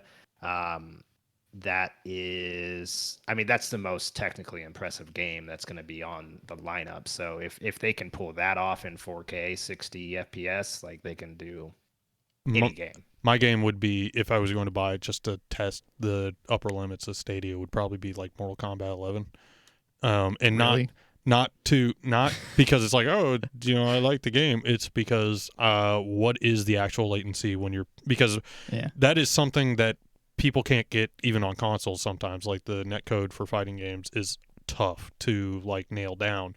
So for streaming, when two people are streaming to the same server, how good is that? How good are online fights going to be? And that kind of stuff. And same can go for like these shooters like Division. If you're playing multiplayer on Division or Destiny, it's an interesting concept, and I really do hope that it pans out well, because like Austin said, this is the future of gaming. I'm questioning whether we're there yet or not, or if it's still going to take a couple of years before we get there. But we'll get there eventually, if not now. And to answer my own question, the games that I'm looking forward to. Oh, yeah. I'm with you, Austin. I'm definitely going to be playing a lot of Destiny 2 up front, because a lot of these games that I would want, well, it's free, yes. Also, a lot of these games that I would want to play, I already have on other systems. But then you brought up Red Dead Redemption, which is not on this list, but I was talking to somebody else about it the other day. Yeah, I have not played that, so I'm definitely going to be picking that up, because, like you said, it is huge, and I would like to see how it performs on this system, which brings us back to Jeremiah's point earlier.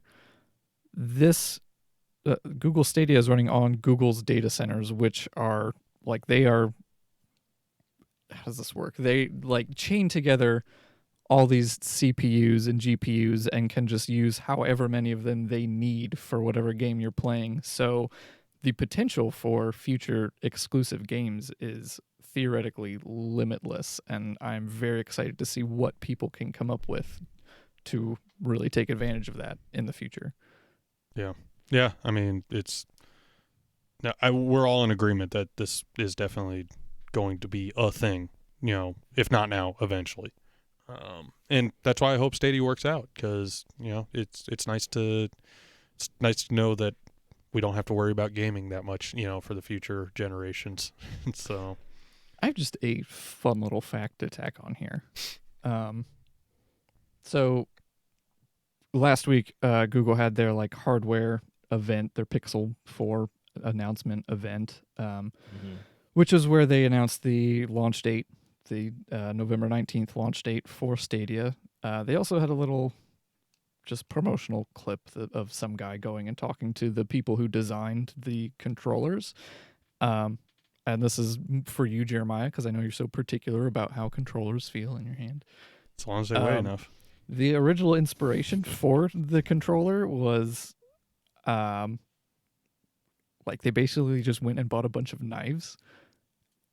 What? Because, think about who... Because, a professional chef is going to spend a lot of time handling a knife. So, they need something that's going to fit comfortably in their hand for a long period of time, and they're going to be able to use a lot. So they were just testing out all these knife handles, and then eventually came up with okay, this is what we want this to feel like, and that was and they went from chef there. Approved, huh? Yeah. Who else? If you look at it, it's I'm not gonna. I don't know. I'm gonna fail describing this. I was enjoying your interpretive dance you were doing right there, whatever that was. If you look at pictures of it, it's I don't know. It looks kind of weird when you really look at it next to a PS4 controller, but it makes sense knowing that was the inspiration for it. Well, I was somewhat worried you were going to be like, oh, they took inspiration from the original Xbox controller. I was going to be like, shit. Yeah, I'm excited to actually get my hands on the controller, and the Founders Edition, that blue controller looks so cool, and I'm so excited to own that.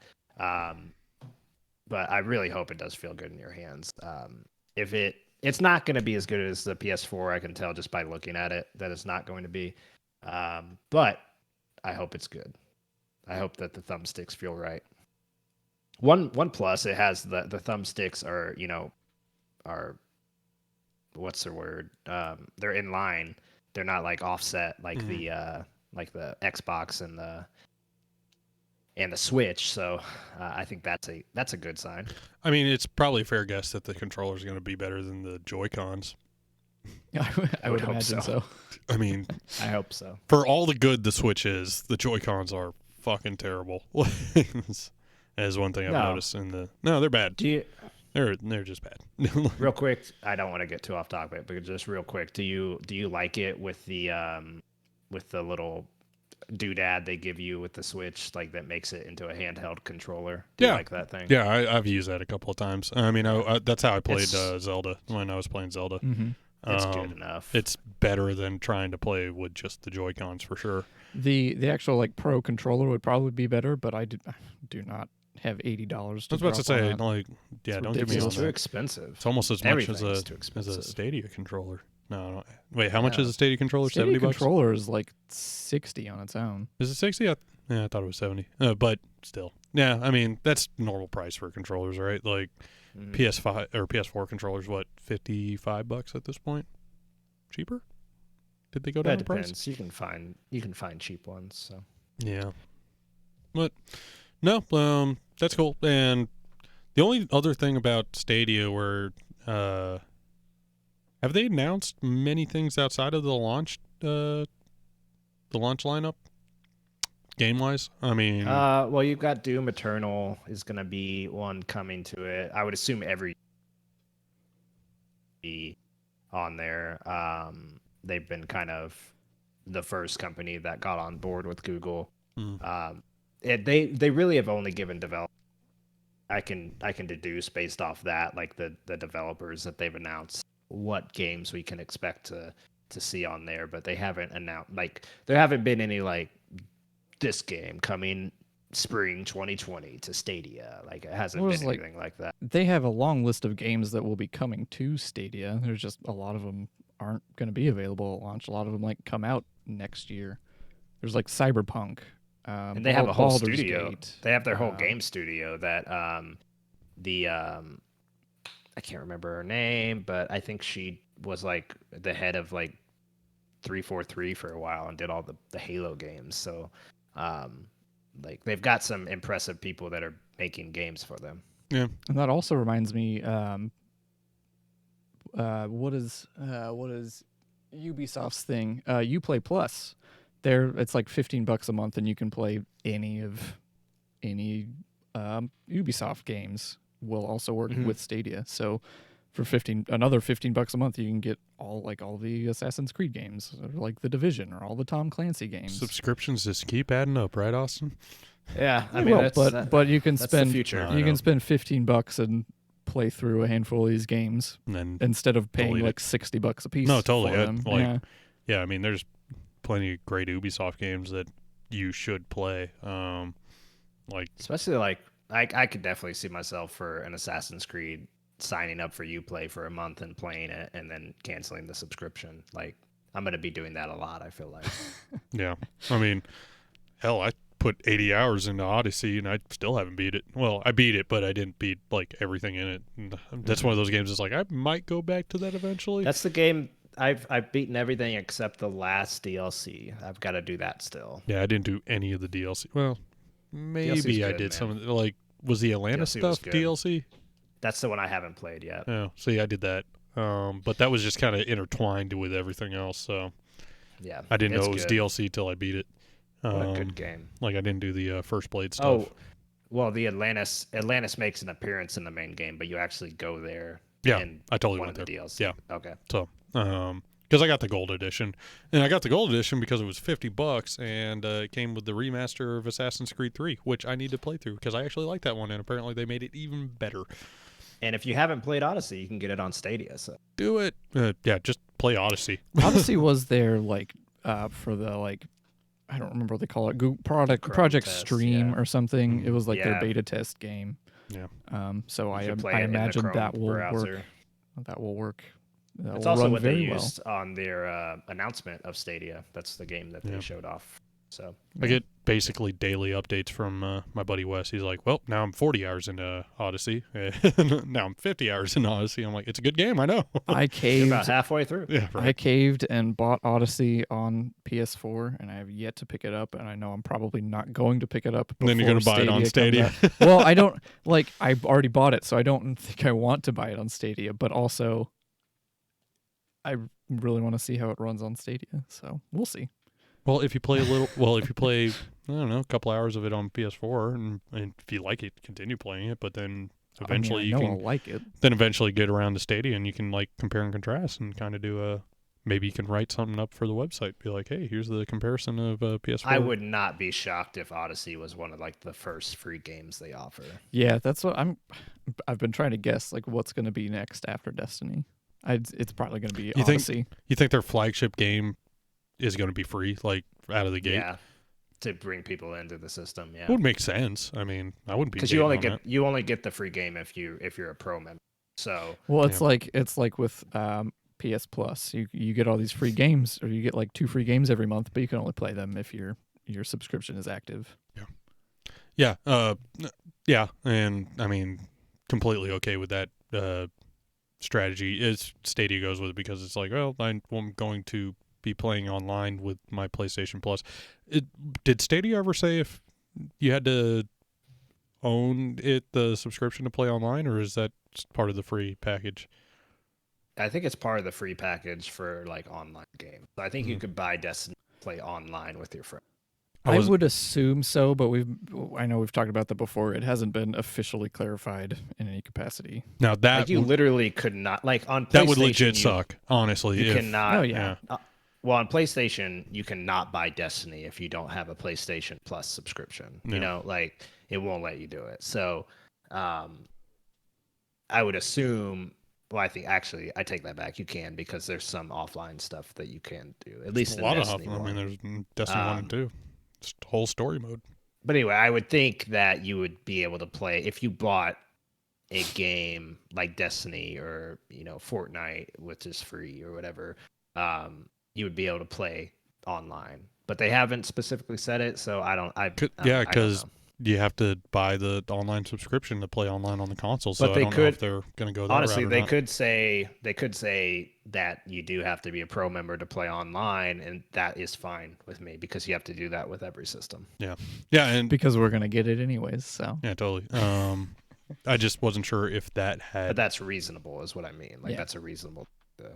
in my task. opinion, like the whole thing is running on the server side, so it wouldn't make sense to me if you couldn't just play online with everybody else because you're already online on that I was server, actually but amazed that they're offering. Like I was amazed that you would have that option. yeah, it's crazy, but it's also very much Google, and their whole thing is like accessibility and making sure this is available to everybody. So like if you can drop $60 on a game, then you can play that game whether you buy a system or not. Yeah. All right. Okay. That's the time mark. 1:50. Maybe shave a second or two off of that.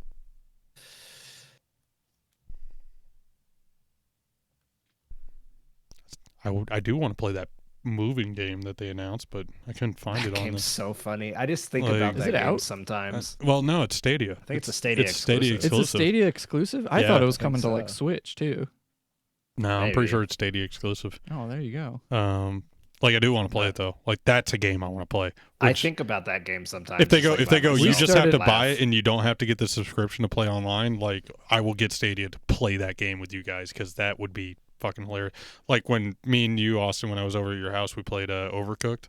Like, Yeah. just That was imagine so all fun. 4 of us I was playing that just gonna game say, all at the same I time. have Kendall the other night was just like, hey, let's find a game and we could play a game because Kendall does not play video games, so it was a little weird. But so I was scrolling through my library of games, like what we could even play together, and I had Overcooked, so Yeah. I downloaded that and It's a good one. played. It's I hadn't amazing. played it before.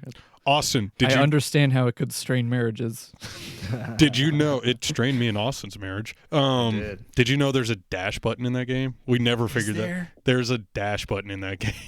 We were trying to figure out how to throw stuff. Help Yeah. someone. But, Can you like- throw things? Yeah. Was this Overcooked 1 or 2? 2.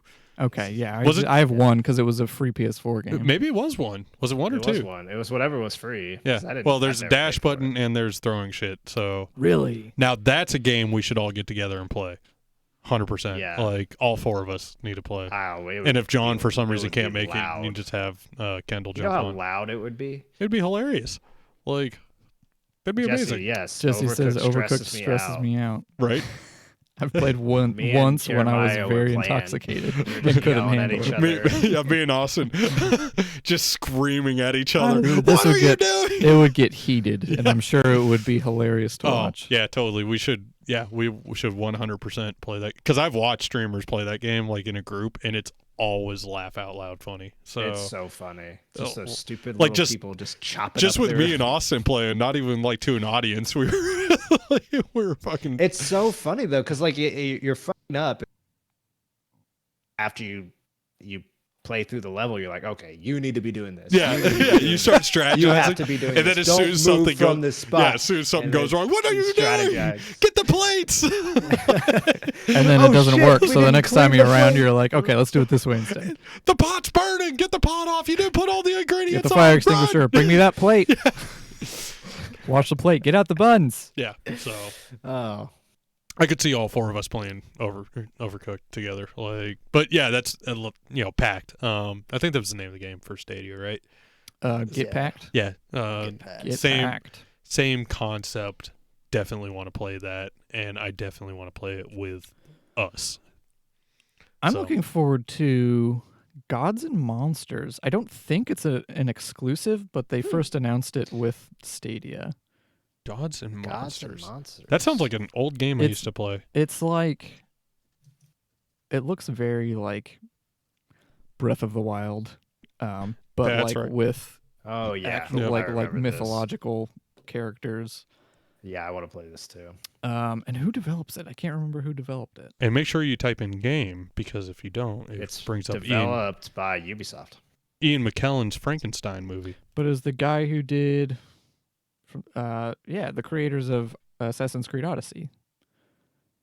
Oh, very cool. Okay, yeah, it's Very coming to PS4, Switch, Stadia, Xbox One, Microsoft. I was but- thinking you were talking about in the Valley of Gods, which is Campo Santo's new game. Have you guys seen that? No. In the Valley. Are you of familiar Gods. with Campo Santo? No. They did Firewatch. Yeah. Oh, okay. Yeah. I know Firewatch. So they've I been know the working on a name. new game, and I'm really excited. It's like an Egyptian archaeology exploration kind of game, kind of like Firewatch, but set in Egypt. I'm really excited about it. They got bought by Epic, so they've got like all the money now too. Oh boy.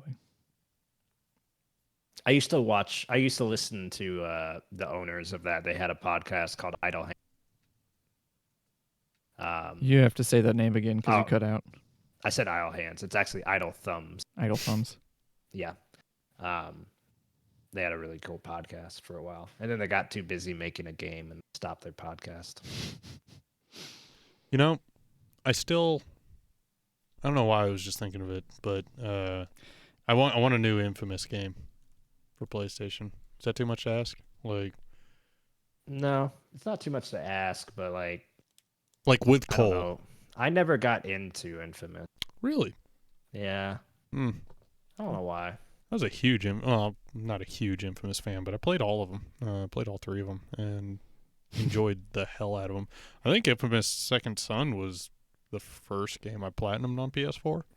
I never played that one. I played the first one. I just never got into the rest of them. The second one's the best, in my opinion. I mean, like the third one plays the best, like control-wise, because it's on the new system. But the second one, story-wise, it's a lot more fun. I think, anyway. So, because I don't know why I was thinking about Infamous games, but I want to play those again. If only I had time. The next couple of months are going to be packed game-wise. You realize that, right? Like, Yes. it's crazy how many good games are coming out within the next 4 or 5 months. So what else besides Death Stranding is coming out? Death Stranding is November. Cyberpunk is coming out. That's April. in the- okay, so it's like the end of this period you're talking about. Yeah. Hold on. We have a whole list. I'm just trying to Release think dates. of December, what's coming out in December, because I know the rest of the months. Because I remember Death Stranding was like the last game I'm buying. this Nothing year. really. Lost World. Lost Words. That's Oh, Lost Outer- Words. That's something else. Outer Worlds. Well, that's Is that coming next December? week. Actually, Yeah, that's this week. That's soon. That's this week. That's Friday. This Mhm. Friday. I'm gonna be playing the Call- shit out of that game. Call of Duty is coming Yeah. out. Okay, so nothing coming out in December that I know of, but January is Dragon Ball Z. February is shit. What's coming out in February? Trying to think. Last of Us. Last of Us is February. Yeah. March is Final Fantasy. April is Cyberpunk. Well, you forgot Final. Oh, you just said Final Fantasy. Sorry. Yeah. And when's Avengers coming out? Because that's in there too, isn't it? It is. Oh yeah, that says a lot about that game. So Star Wars. That's coming out. Star this year. Wars. Star Wars and Pokemon both come out the 15th. Yep. I'm like, oh god, what am I gonna do? I hardly have time to play one new game, and I have 2 new games coming out. So there's basically a really good game coming out. Marvel's Avengers is May 15th. So yeah, there's May. That's So a while away. Yeah. It'll get pushed too. So there is like at least a really good game each month, maybe not December. So December's the only time you got to play Some something. breathing room to catch up. Yeah, you So can I'm gonna play I'm whatever. gonna play you don't Death Stranding throughout November, and then Probably. Destiny throughout December. Yeah. So Maybe I'll pick up Red Dead and just work on that. that being On top of all the other games I still have on PlayStation and Switch to finish up, and PC. So yeah, there is a crap ton of games, like good games, coming out within the next 5 months.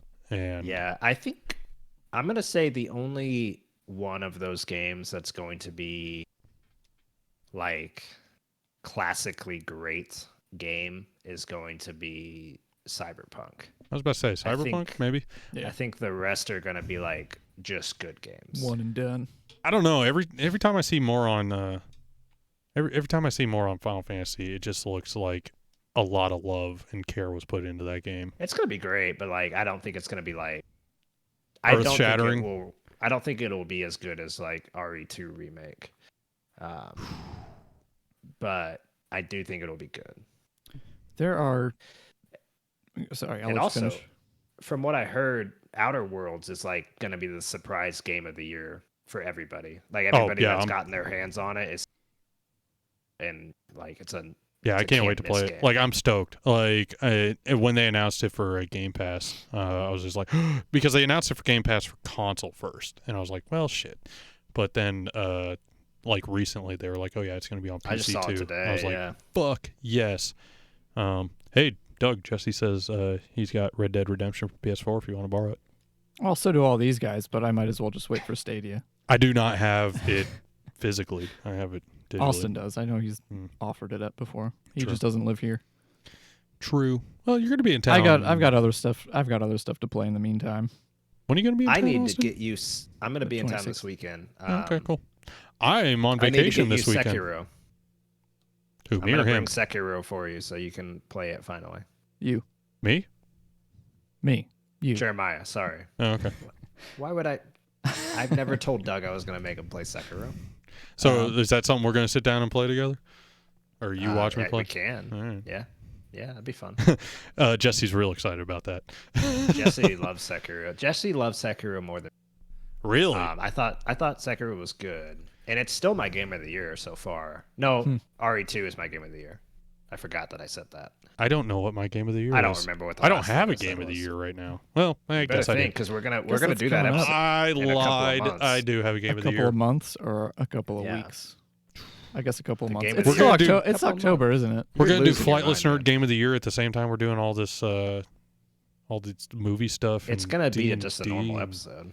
We're It's not gonna doing be like a D&D until special we're done with episode. Star Wars. Well, that's unfortunate. Because we just don't have the time. You guys can't push off D&D. We can't play one game of D&D. We and then can you play- push We're it not off. pushing off private sessions. We're pushing off pushing off recorded recording sessions them Oh, okay. So we gonna play soon? sometime. Yes, We'll figure that when we out. have time. All right, cool. I was gonna say there are a couple of games coming out soon that have me really excited about Stadia, which We're not still in the session, like the recording session, right? We're in between. Yeah, we're in between. Okay, I Yeah. couldn't remember if we put a timestamp. no, this We're is not. this was a point I wanted to make earlier, and then the conversation got way off track. Cyberpunk, I'm really excited for Yes. on Stadia, and then Watch Dogs Legion. Oh which yeah, just Watch Dogs. these games that are just I know are going to be huge and would probably strain my PlayStation, but I'm hoping will just be crisp and clean on Stadia. When's Watch Dogs come out? Oh, it comes out like a week after Final Fantasy, doesn't it? Shit. I don't know. Shit. There's too many good games coming out. Or it's like a week before, one of the two. It is March 6th. Oh, it's like 3 days after Final Fantasy. Fuck. Doesn't give you a lot of time to No. play Final Fantasy. Looks like I'm going to have to skip Watch Dogs till later because there's no way. All right. I'm just glad. Should, I'm just glad the Dragon Ball Z game's keep coming moving. out in January, and like that's the one game I want to review. Like Bandai Namco is really good about giving out review copies, so hopefully we can get a hold of them and I can get my hands on that game because I really, really want to review that game. I want to say I was able to get a review on embargo for a Dragon Ball Z game once in my life. It's a goal. It's a goal as while I'm at Flightless Nerd Austin. We will see. Yeah. You guys want to go into what's on our plate? we should. Wrap this baby up. Holy All shit! right. It's already 10:30. Let me know when you want a time. Hold on, let me type in something here.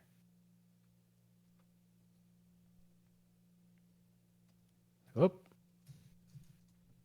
That's not how you spell that. What am I doing? Can't spell. I feel like I haven't done much this week. I worked. My washer broke. That was fun.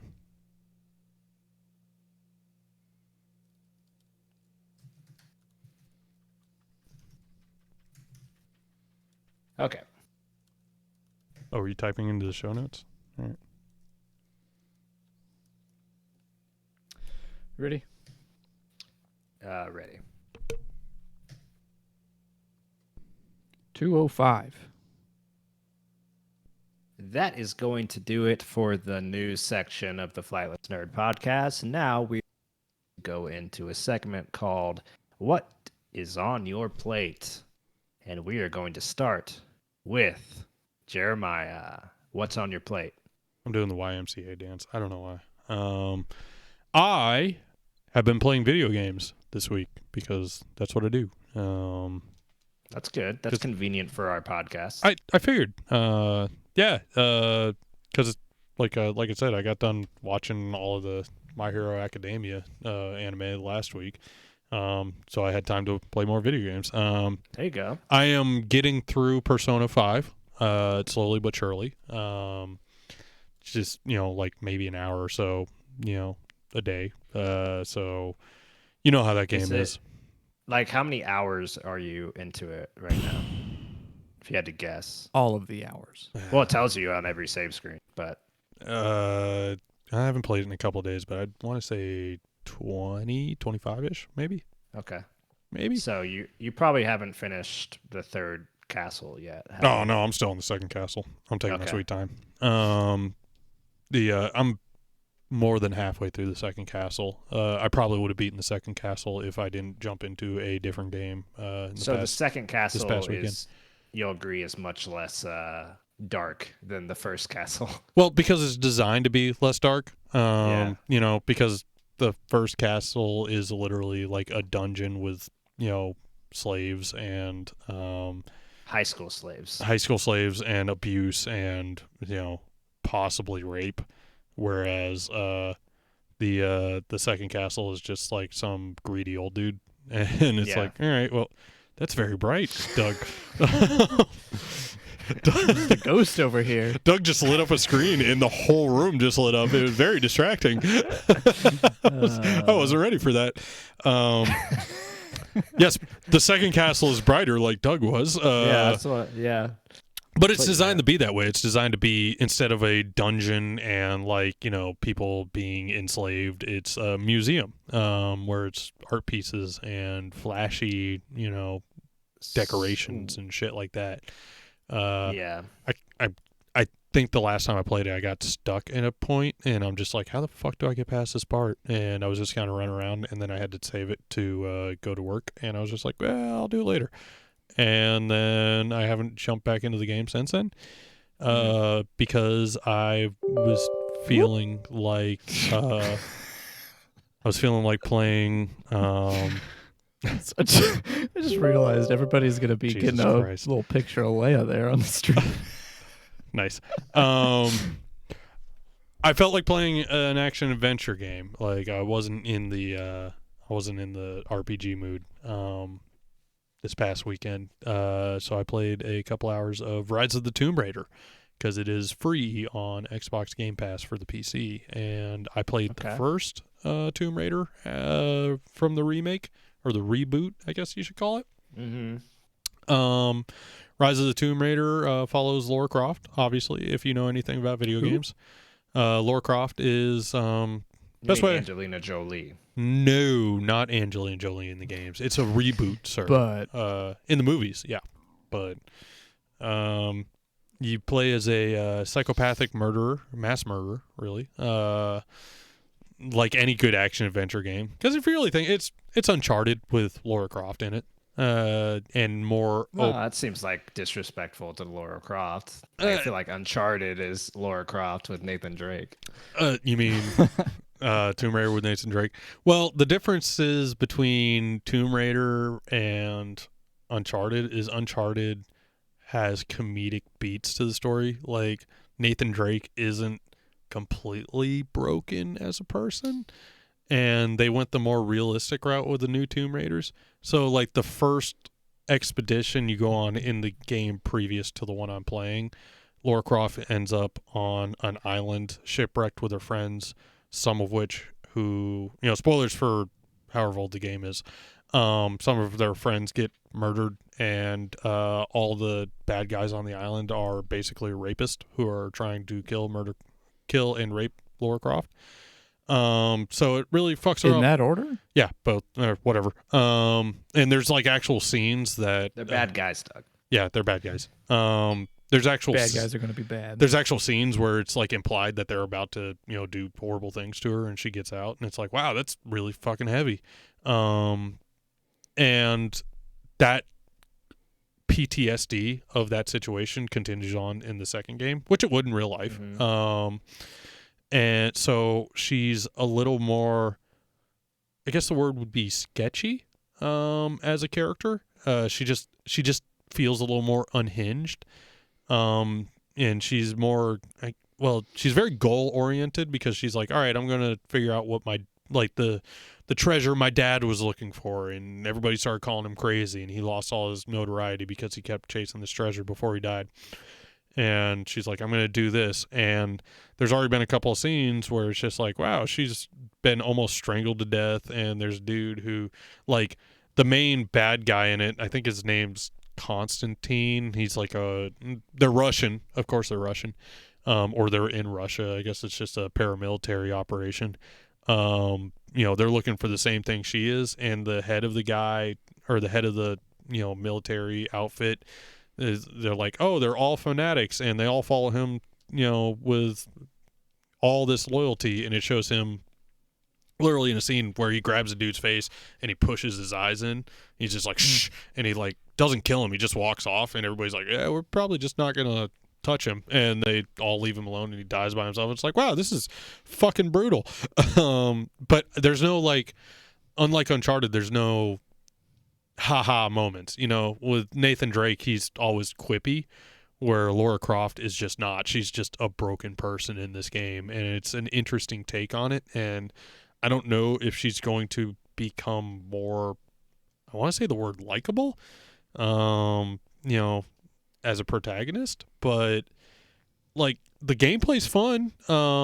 It's more open worldy than Uncharted is, because Uncharted is very linear in all of its games, whereas you go into Tomb Raider and it's like, hey, it gets you through like from point A to point B, but once you get to point B, the map opens up, and it's like run around the map. If you kill a couple enemies or animals, you can hunt, you can get crafting supplies. You can find optional tombs. You can, find things that give you experience, and then you level up, and then you get new skills and all that stuff, and then you go to the next story beat. So it gives you more to do than an Uncharted game. It's not as like, what's the word? Not rushed, but focused for story wise as Uncharted is. Whereas the first Tomb Raider game, I haven't played it since the PS3 because it came out for free on the PS3 a while back. It seemed more focused. Like it just was like, hey, you're going through the story beats. It's less open worldy. It seems like they just tried to open up this one to give you more to do to, extend the run time of the game. But from what I played about 5 hours of it so far, and it's good. I mean, it's not a bad game by any means. Like I'm glad I'm playing it, and I will continue to do so because I am interested to see how the story turns out. But it's not a happy-go-lucky story, like you think an action adventure game, people run around looking for treasure, my mind still goes to Nathan Drake and the Uncharted games because they left such a positive, mark on me because they are really good games. Whereas this one's just like, ooh, this is very adulty. This is very dark. And the first one was like that, so I'm not surprised the second was like that, but it's not a lighthearted romp through Siberia with Lara Croft. Let's put it that way so far. But it's worth checking out. I mean, if you got Xbox Game Pass, it's free. So if you're looking for an action adventure game, something to hold you over till everything else comes out this year, in the next month or so, it's good. It'd probably take me, I don't know, 20 hours to beat if I actually went through it and stopped, trying to collect everything. So I heard it's 20 hours long. So maybe I'll have it done by the time Outer Worlds comes out. But that's on Friday. I know and I got to work every day till then. So probably it's going to be a stretch, but we'll see. I'll let you know. All right, you keep me updated. I will. Doug, got anything less dark? Absolutely, I do. And maybe also a couple of things equally as dark. Yeah, fair enough. I picked up Marvel Ultimate Alliance 3 again. Oh. I bought it back shortly after it came out, but I never finished it, so I've been working on that again this week. And it is tough. It has gotten hard. There are a couple parts that I've actually gotten stuck on, and I at one point actually had to lower the difficulty of the game, which was a little disappointing. But wow. for me, like, good on the game for actually being tough. Yeah. But, yeah, I mean it's fun. It's more Ultimate Alliance. Can I make a quick plug? Yes. Go over to flightlessnerd.com. We wrote a review on Marvel Ultimate Alliance 3. If you're curious, one of our contributors, Matthew, wrote a very good review. So go check it out. Yeah, go check that out. I mean, it's really fun. I think I made this complaint before. I still find myself wrestling with the camera, which is really annoying. But overall, I mean, it's more Ultimate Alliance in the end. I was about to say the camera thing has always been an Ultimate Alliance, Yeah. niggle. But I'll be like fighting one guy that ends up kind of over in a corner, and then I just can't see the rest of the room, and it's really annoying. I kill him and have to like fight to get back to see everybody else. I don't know. It's weird. I'm not happy about it, but yeah. For those of you who have played it, I just got to Wakanda. I just rescued the Winter Soldier. I actually think I just started the MODOK fight. I have no idea how far into the game that is.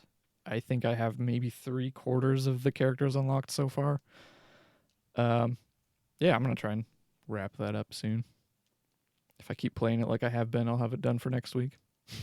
Yeah, fair enough.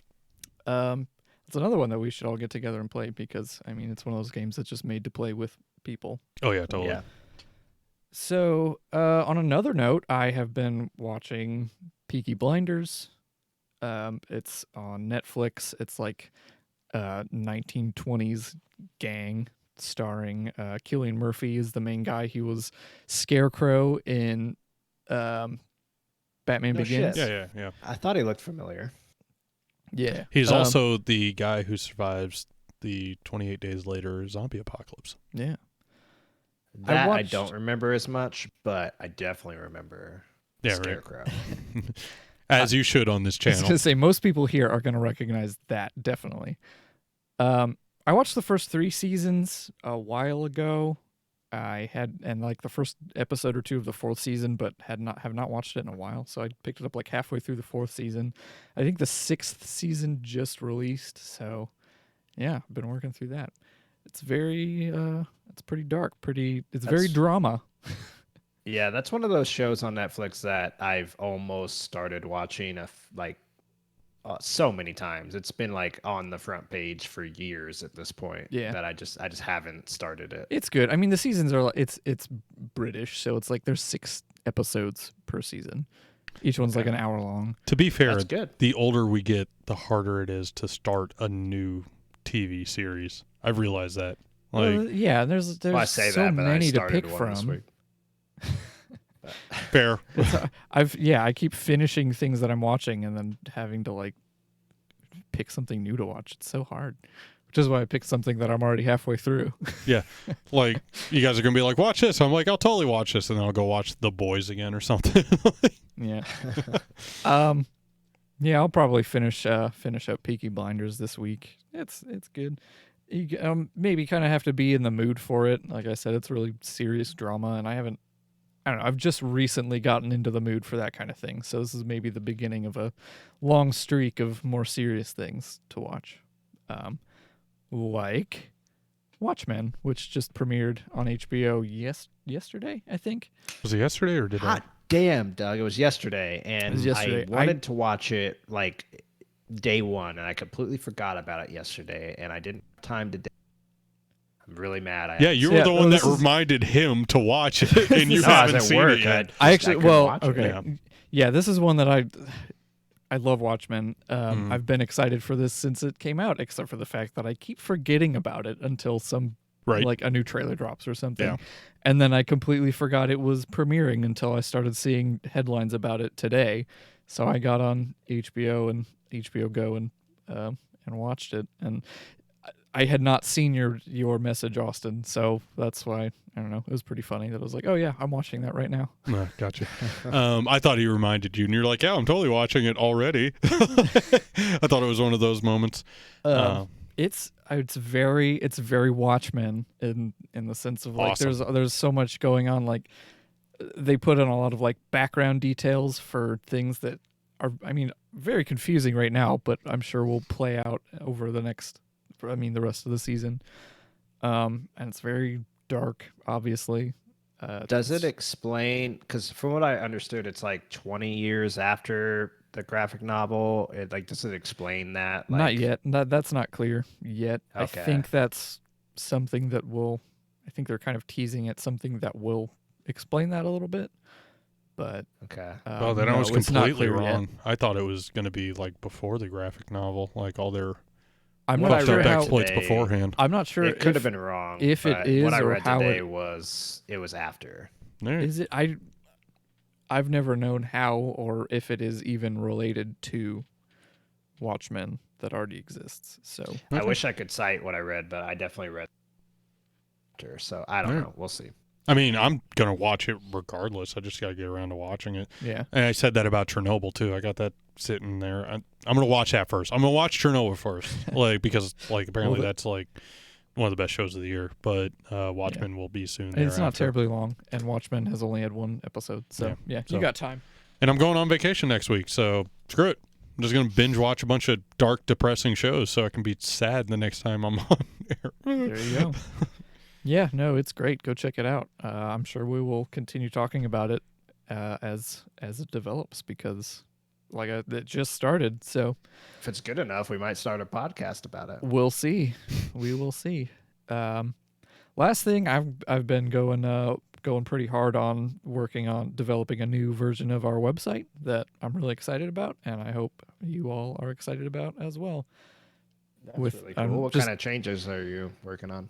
Just trying to clean it up a little bit visually, and then also adding things like comments for the reviews, which we have not had to date.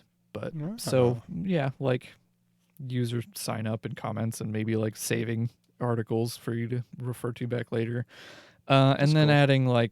adding a cleaner submission process for prospective contributors right there on the website. So Very I'm cool. really excited about putting that together. Very cool. Can't wait to see it, man. Yeah. How about you, Austin? What do you have going on?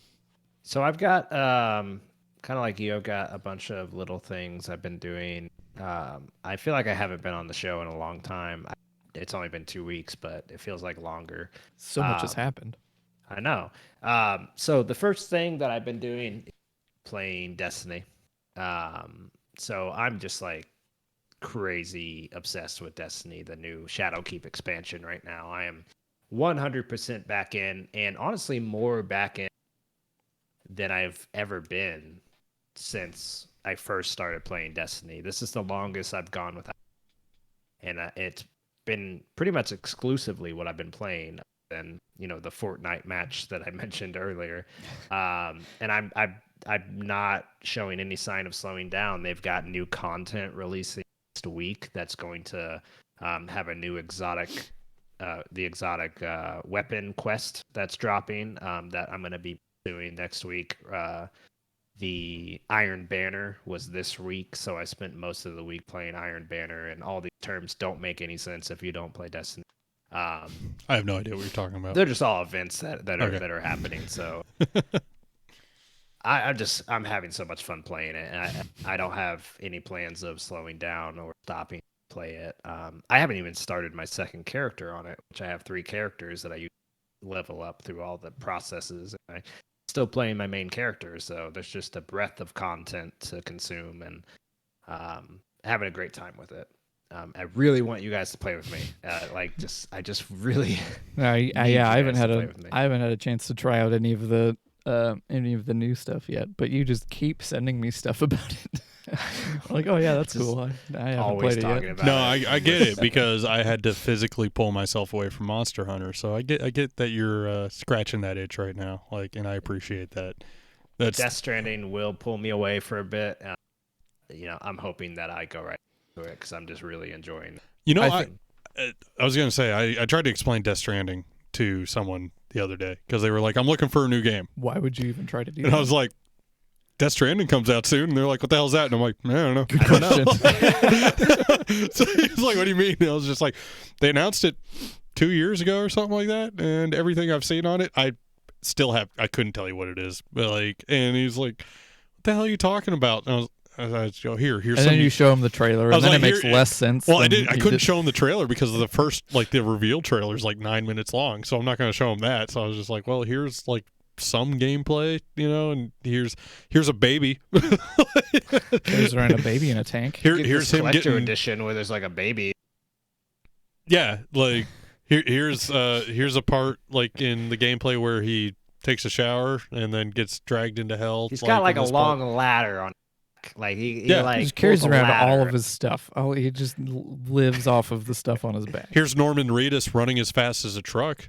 Just picture like Here's a him on a world, like- hoverboard. Yeah. it's like a post-apocalypse world, but like Amazon still survived, and like you're like an Amazon delivery guy, and like your job is just to deliver the packages.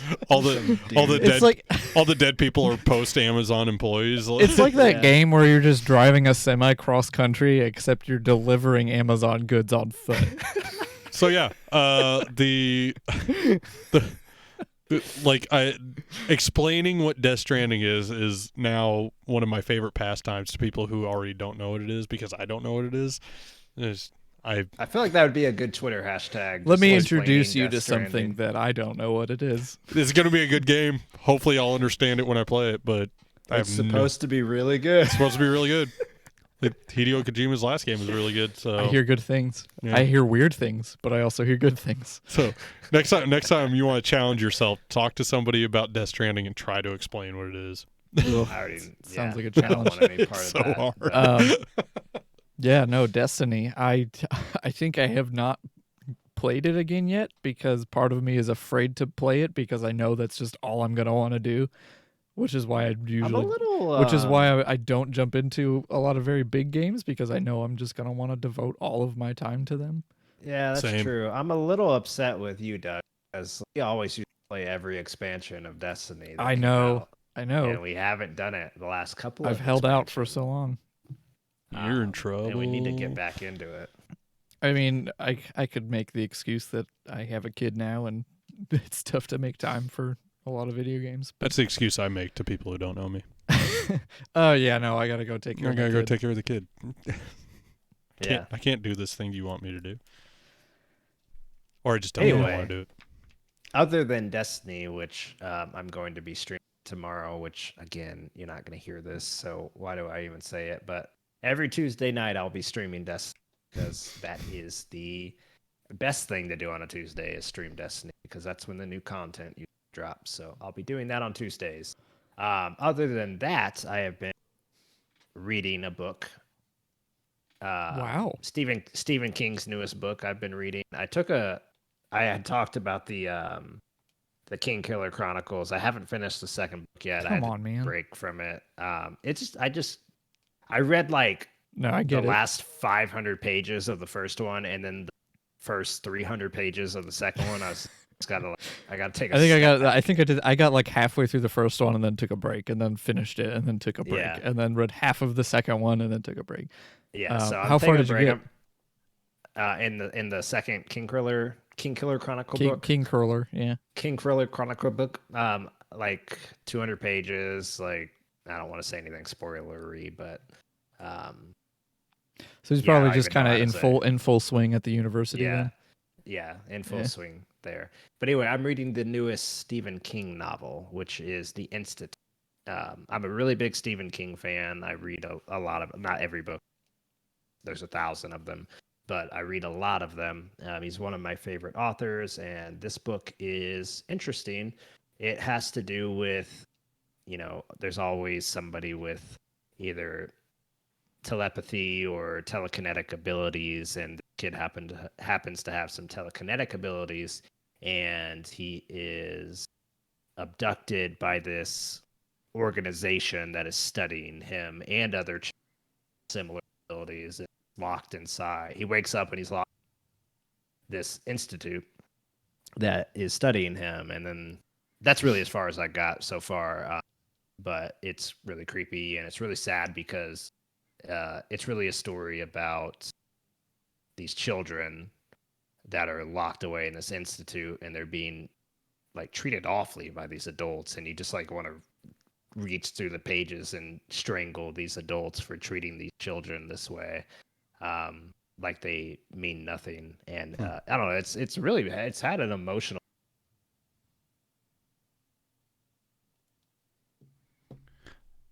But I'm enjoying it so far.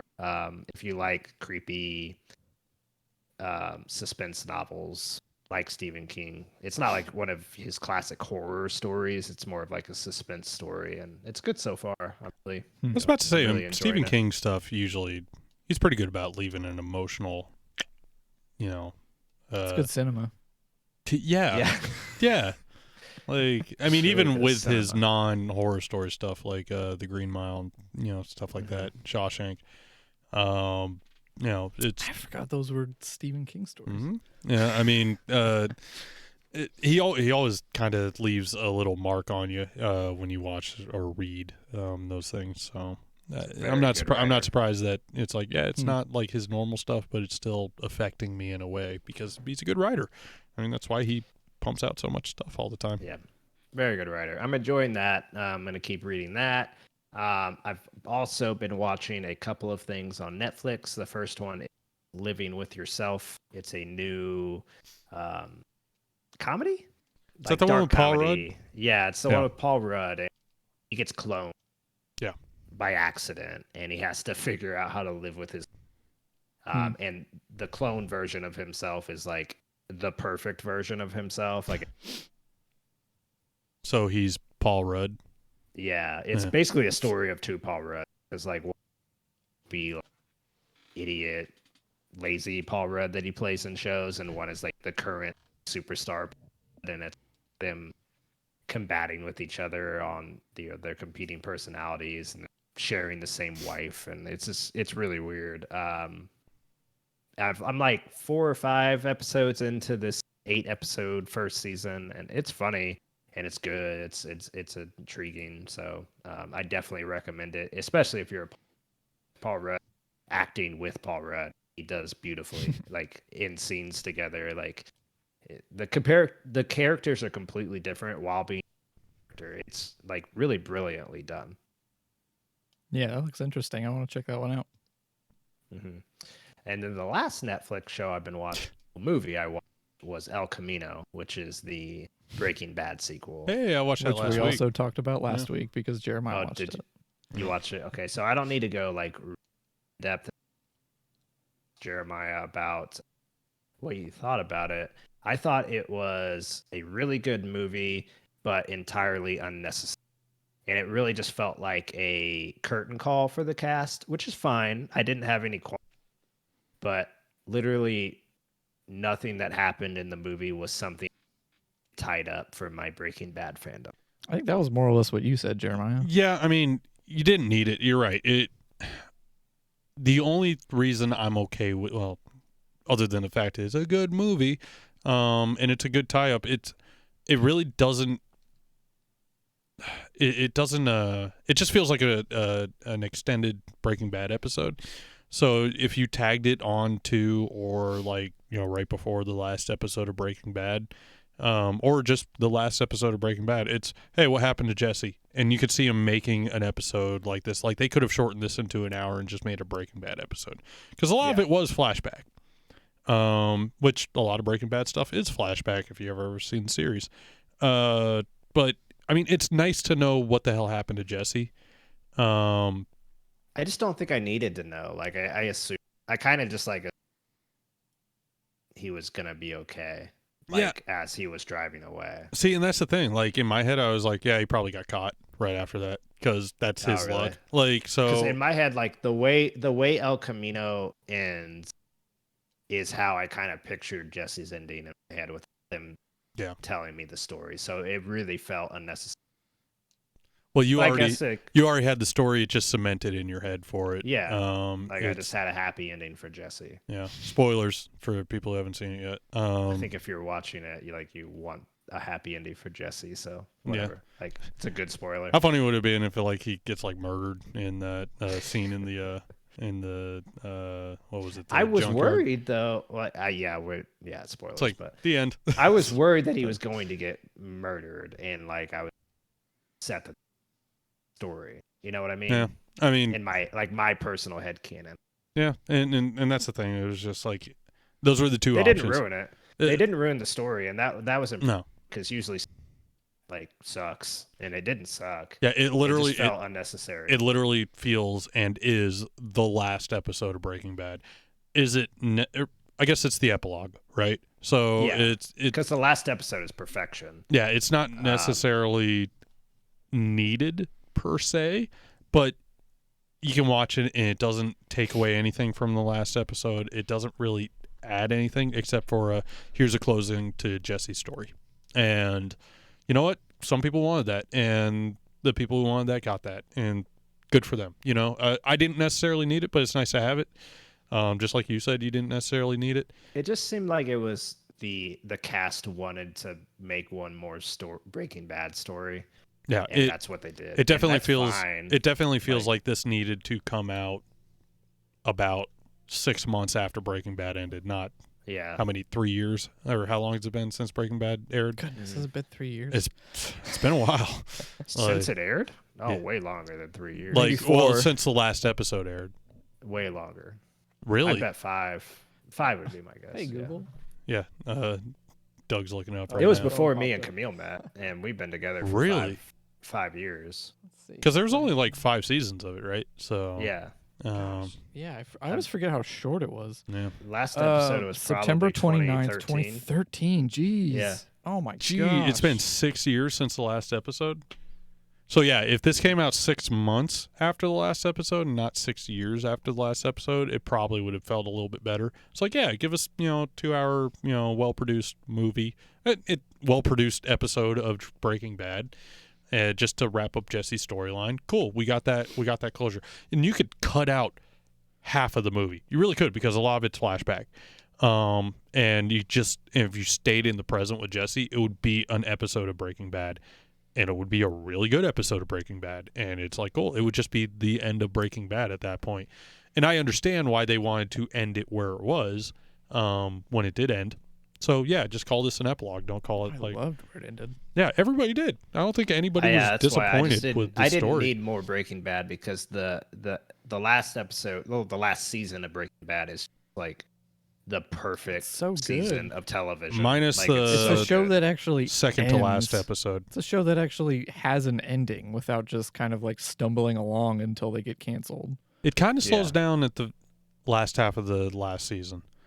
And I disagree. well, I mean, like I think because I think that season's just perfection. because Walt goes up north at that point, and you That know, was just the last episode. no, that was yeah. the second to last episode that he went up. Well, the Like second to there last was like episode. hey, But it this wasn't probably like- could have.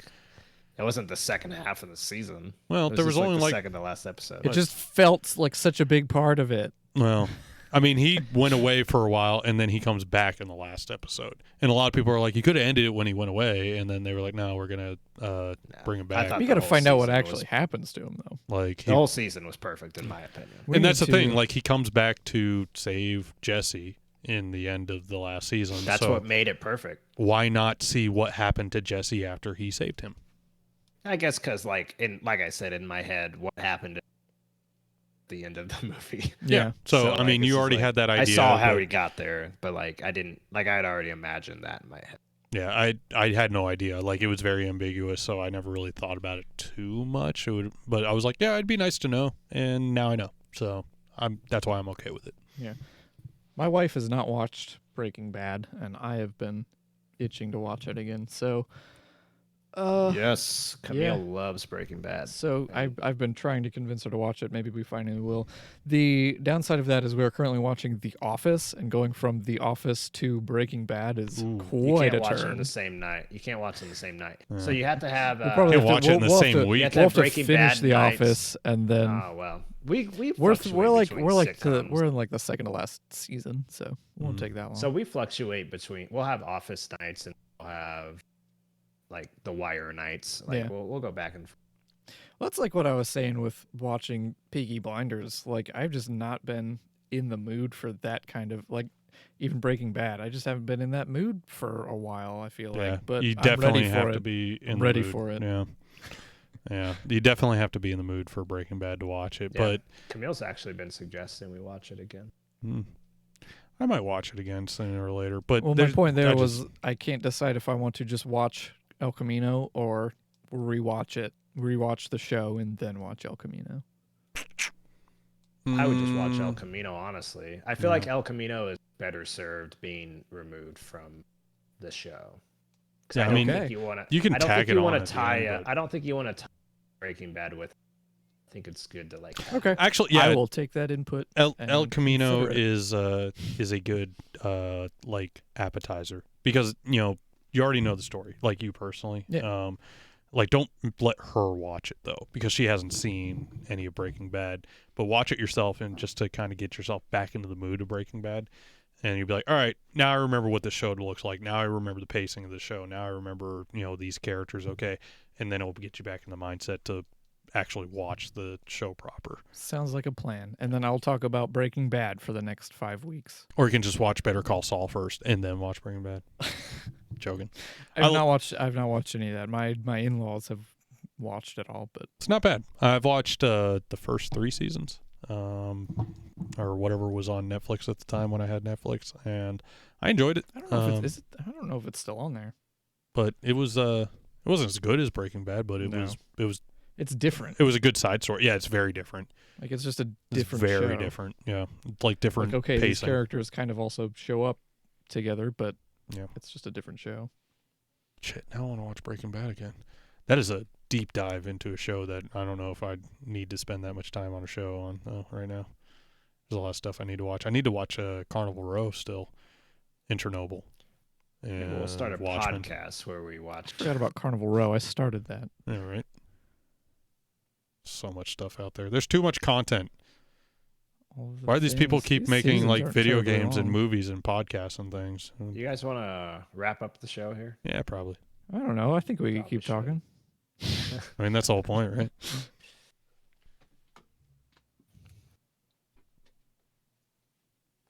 $240, $234.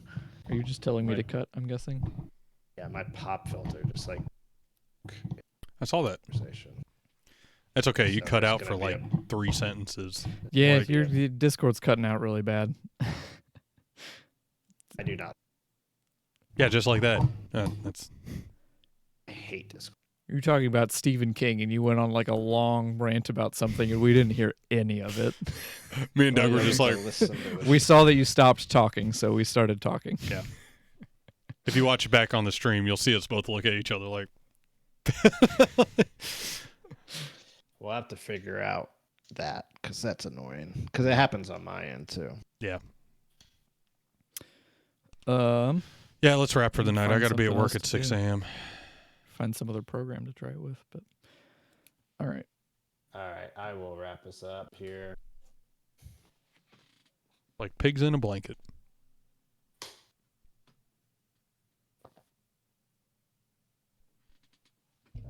You ready? Yup. All right.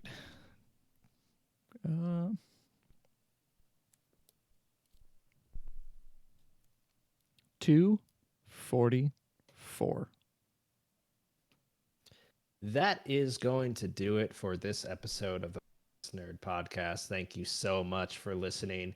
Make sure you remember to subscribe to the show on anywhere that you get your podcast, Apple Podcasts, Stitcher, Spotify, all that stuff. We are everywhere. Make sure you also leave us and ratings so that we climb those charts and more people start hearing us. That is really for getting us into the ears of more listeners. Appreciate it. We also have a Patreon. If you want to throw us a couple of bucks a month, you can head over to patreon.com/flightlessnerd and get more information there.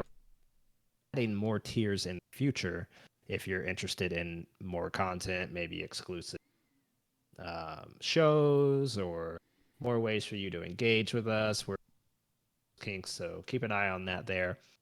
If you have any questions that you would like us to over to, well, actually, you can send us an email to podcast@flightlessnerd.com. Ask us whatever you want, as long as, somewhat related to nerd culture or whatever. We'll post on the show and respond to them. We also have an opportunity for people to contribute to the site. If you have a lot of opinions about comics or all kinds of stuff, you can actually write your own think pieces on the site and we will post them and you become famous on the internet like we are. Head over to flightlessnerd.com/contribute and fill out a form there. You can also send us an email to contribute@flightlessnerd.com. You can also find us on Twitter. We're going to be posting updates for the show and future shows on the over there on Twitter, and you can. And if you want to follow us individually, find me at the Lost Cause Kid. I am at D.A. Pilcher. And I am at Ryu Omega 33. And that is going to do it for this week of the Flightless Nerd Podcast. We will see you next week. 246.21. Stop. And cut. In the name of love. Oh, sorry. Before you break my heart. Thank you. Yeah. So Had a whole bunch of likes on the Twitter post about streaming. cool.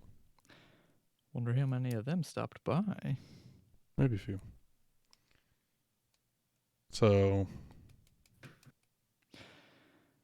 when are we recording the retrospective on Star Wars? We did not say anything in the episode about Star Wars. Sorry, Saturday, I got thrown off. the 26th. So not the upcoming Saturday, but Okay. the following. Okay. Right? Cool. It's the weekend that Austin's in town. Shit, so That's this room's this going to be weekend. packed. So not this coming weekend. That is this weekend. I was about to say that should be this weekend, right? Right, that is this Yes. weekend. Okay. Alright. Yeah, I was thinking the next week after that, I'm going to miss this. Hmm. So, next week. Next week I'm going to miss this podcast. What time are we planning on getting together Saturday then? Because Do you work? no, I'm on vacation starting Friday. But Let's if I'm on like, do- vacation starting Friday, I'm maybe Real hungover quick. Saturday morning. before we go much further, let's sign off on Twitch. Yeah. Hey, thanks for Twitch doesn't wanna stopping hear by this? on Yeah. for those of you on Twitch. Yeah, thanks. Thanks for watching. If you're watching this on video on demand, please share us with your friends or on your social media feed, so people can look at our smiling faces and watch us record a podcast. We would love to have more people in there chatting with us on the Twitch chat, and more people, just kind of checking us out in general. So if you're seeing this and you want to share this, please feel free, or follow us in general and talk to us next time we're on. That'd be awesome. We stream the podcast recording every Monday night around 8 Central Time. We also do some other content throughout the week. Tuesday night, Wednesday night, we have some video games going on. So just follow us on Twitter or follow us here on Twitch to get updates about that. So you can Yes. see when we are going live. Anything you want to add, Austin? Nope, I'm doing something else. All right. Thanks for watching. I was waiting on somebody else to say something. If that is it, we will go ahead and sign off. Thanks again. Good night, Detroit, and everybody else in the world. And, everybody. Yeah.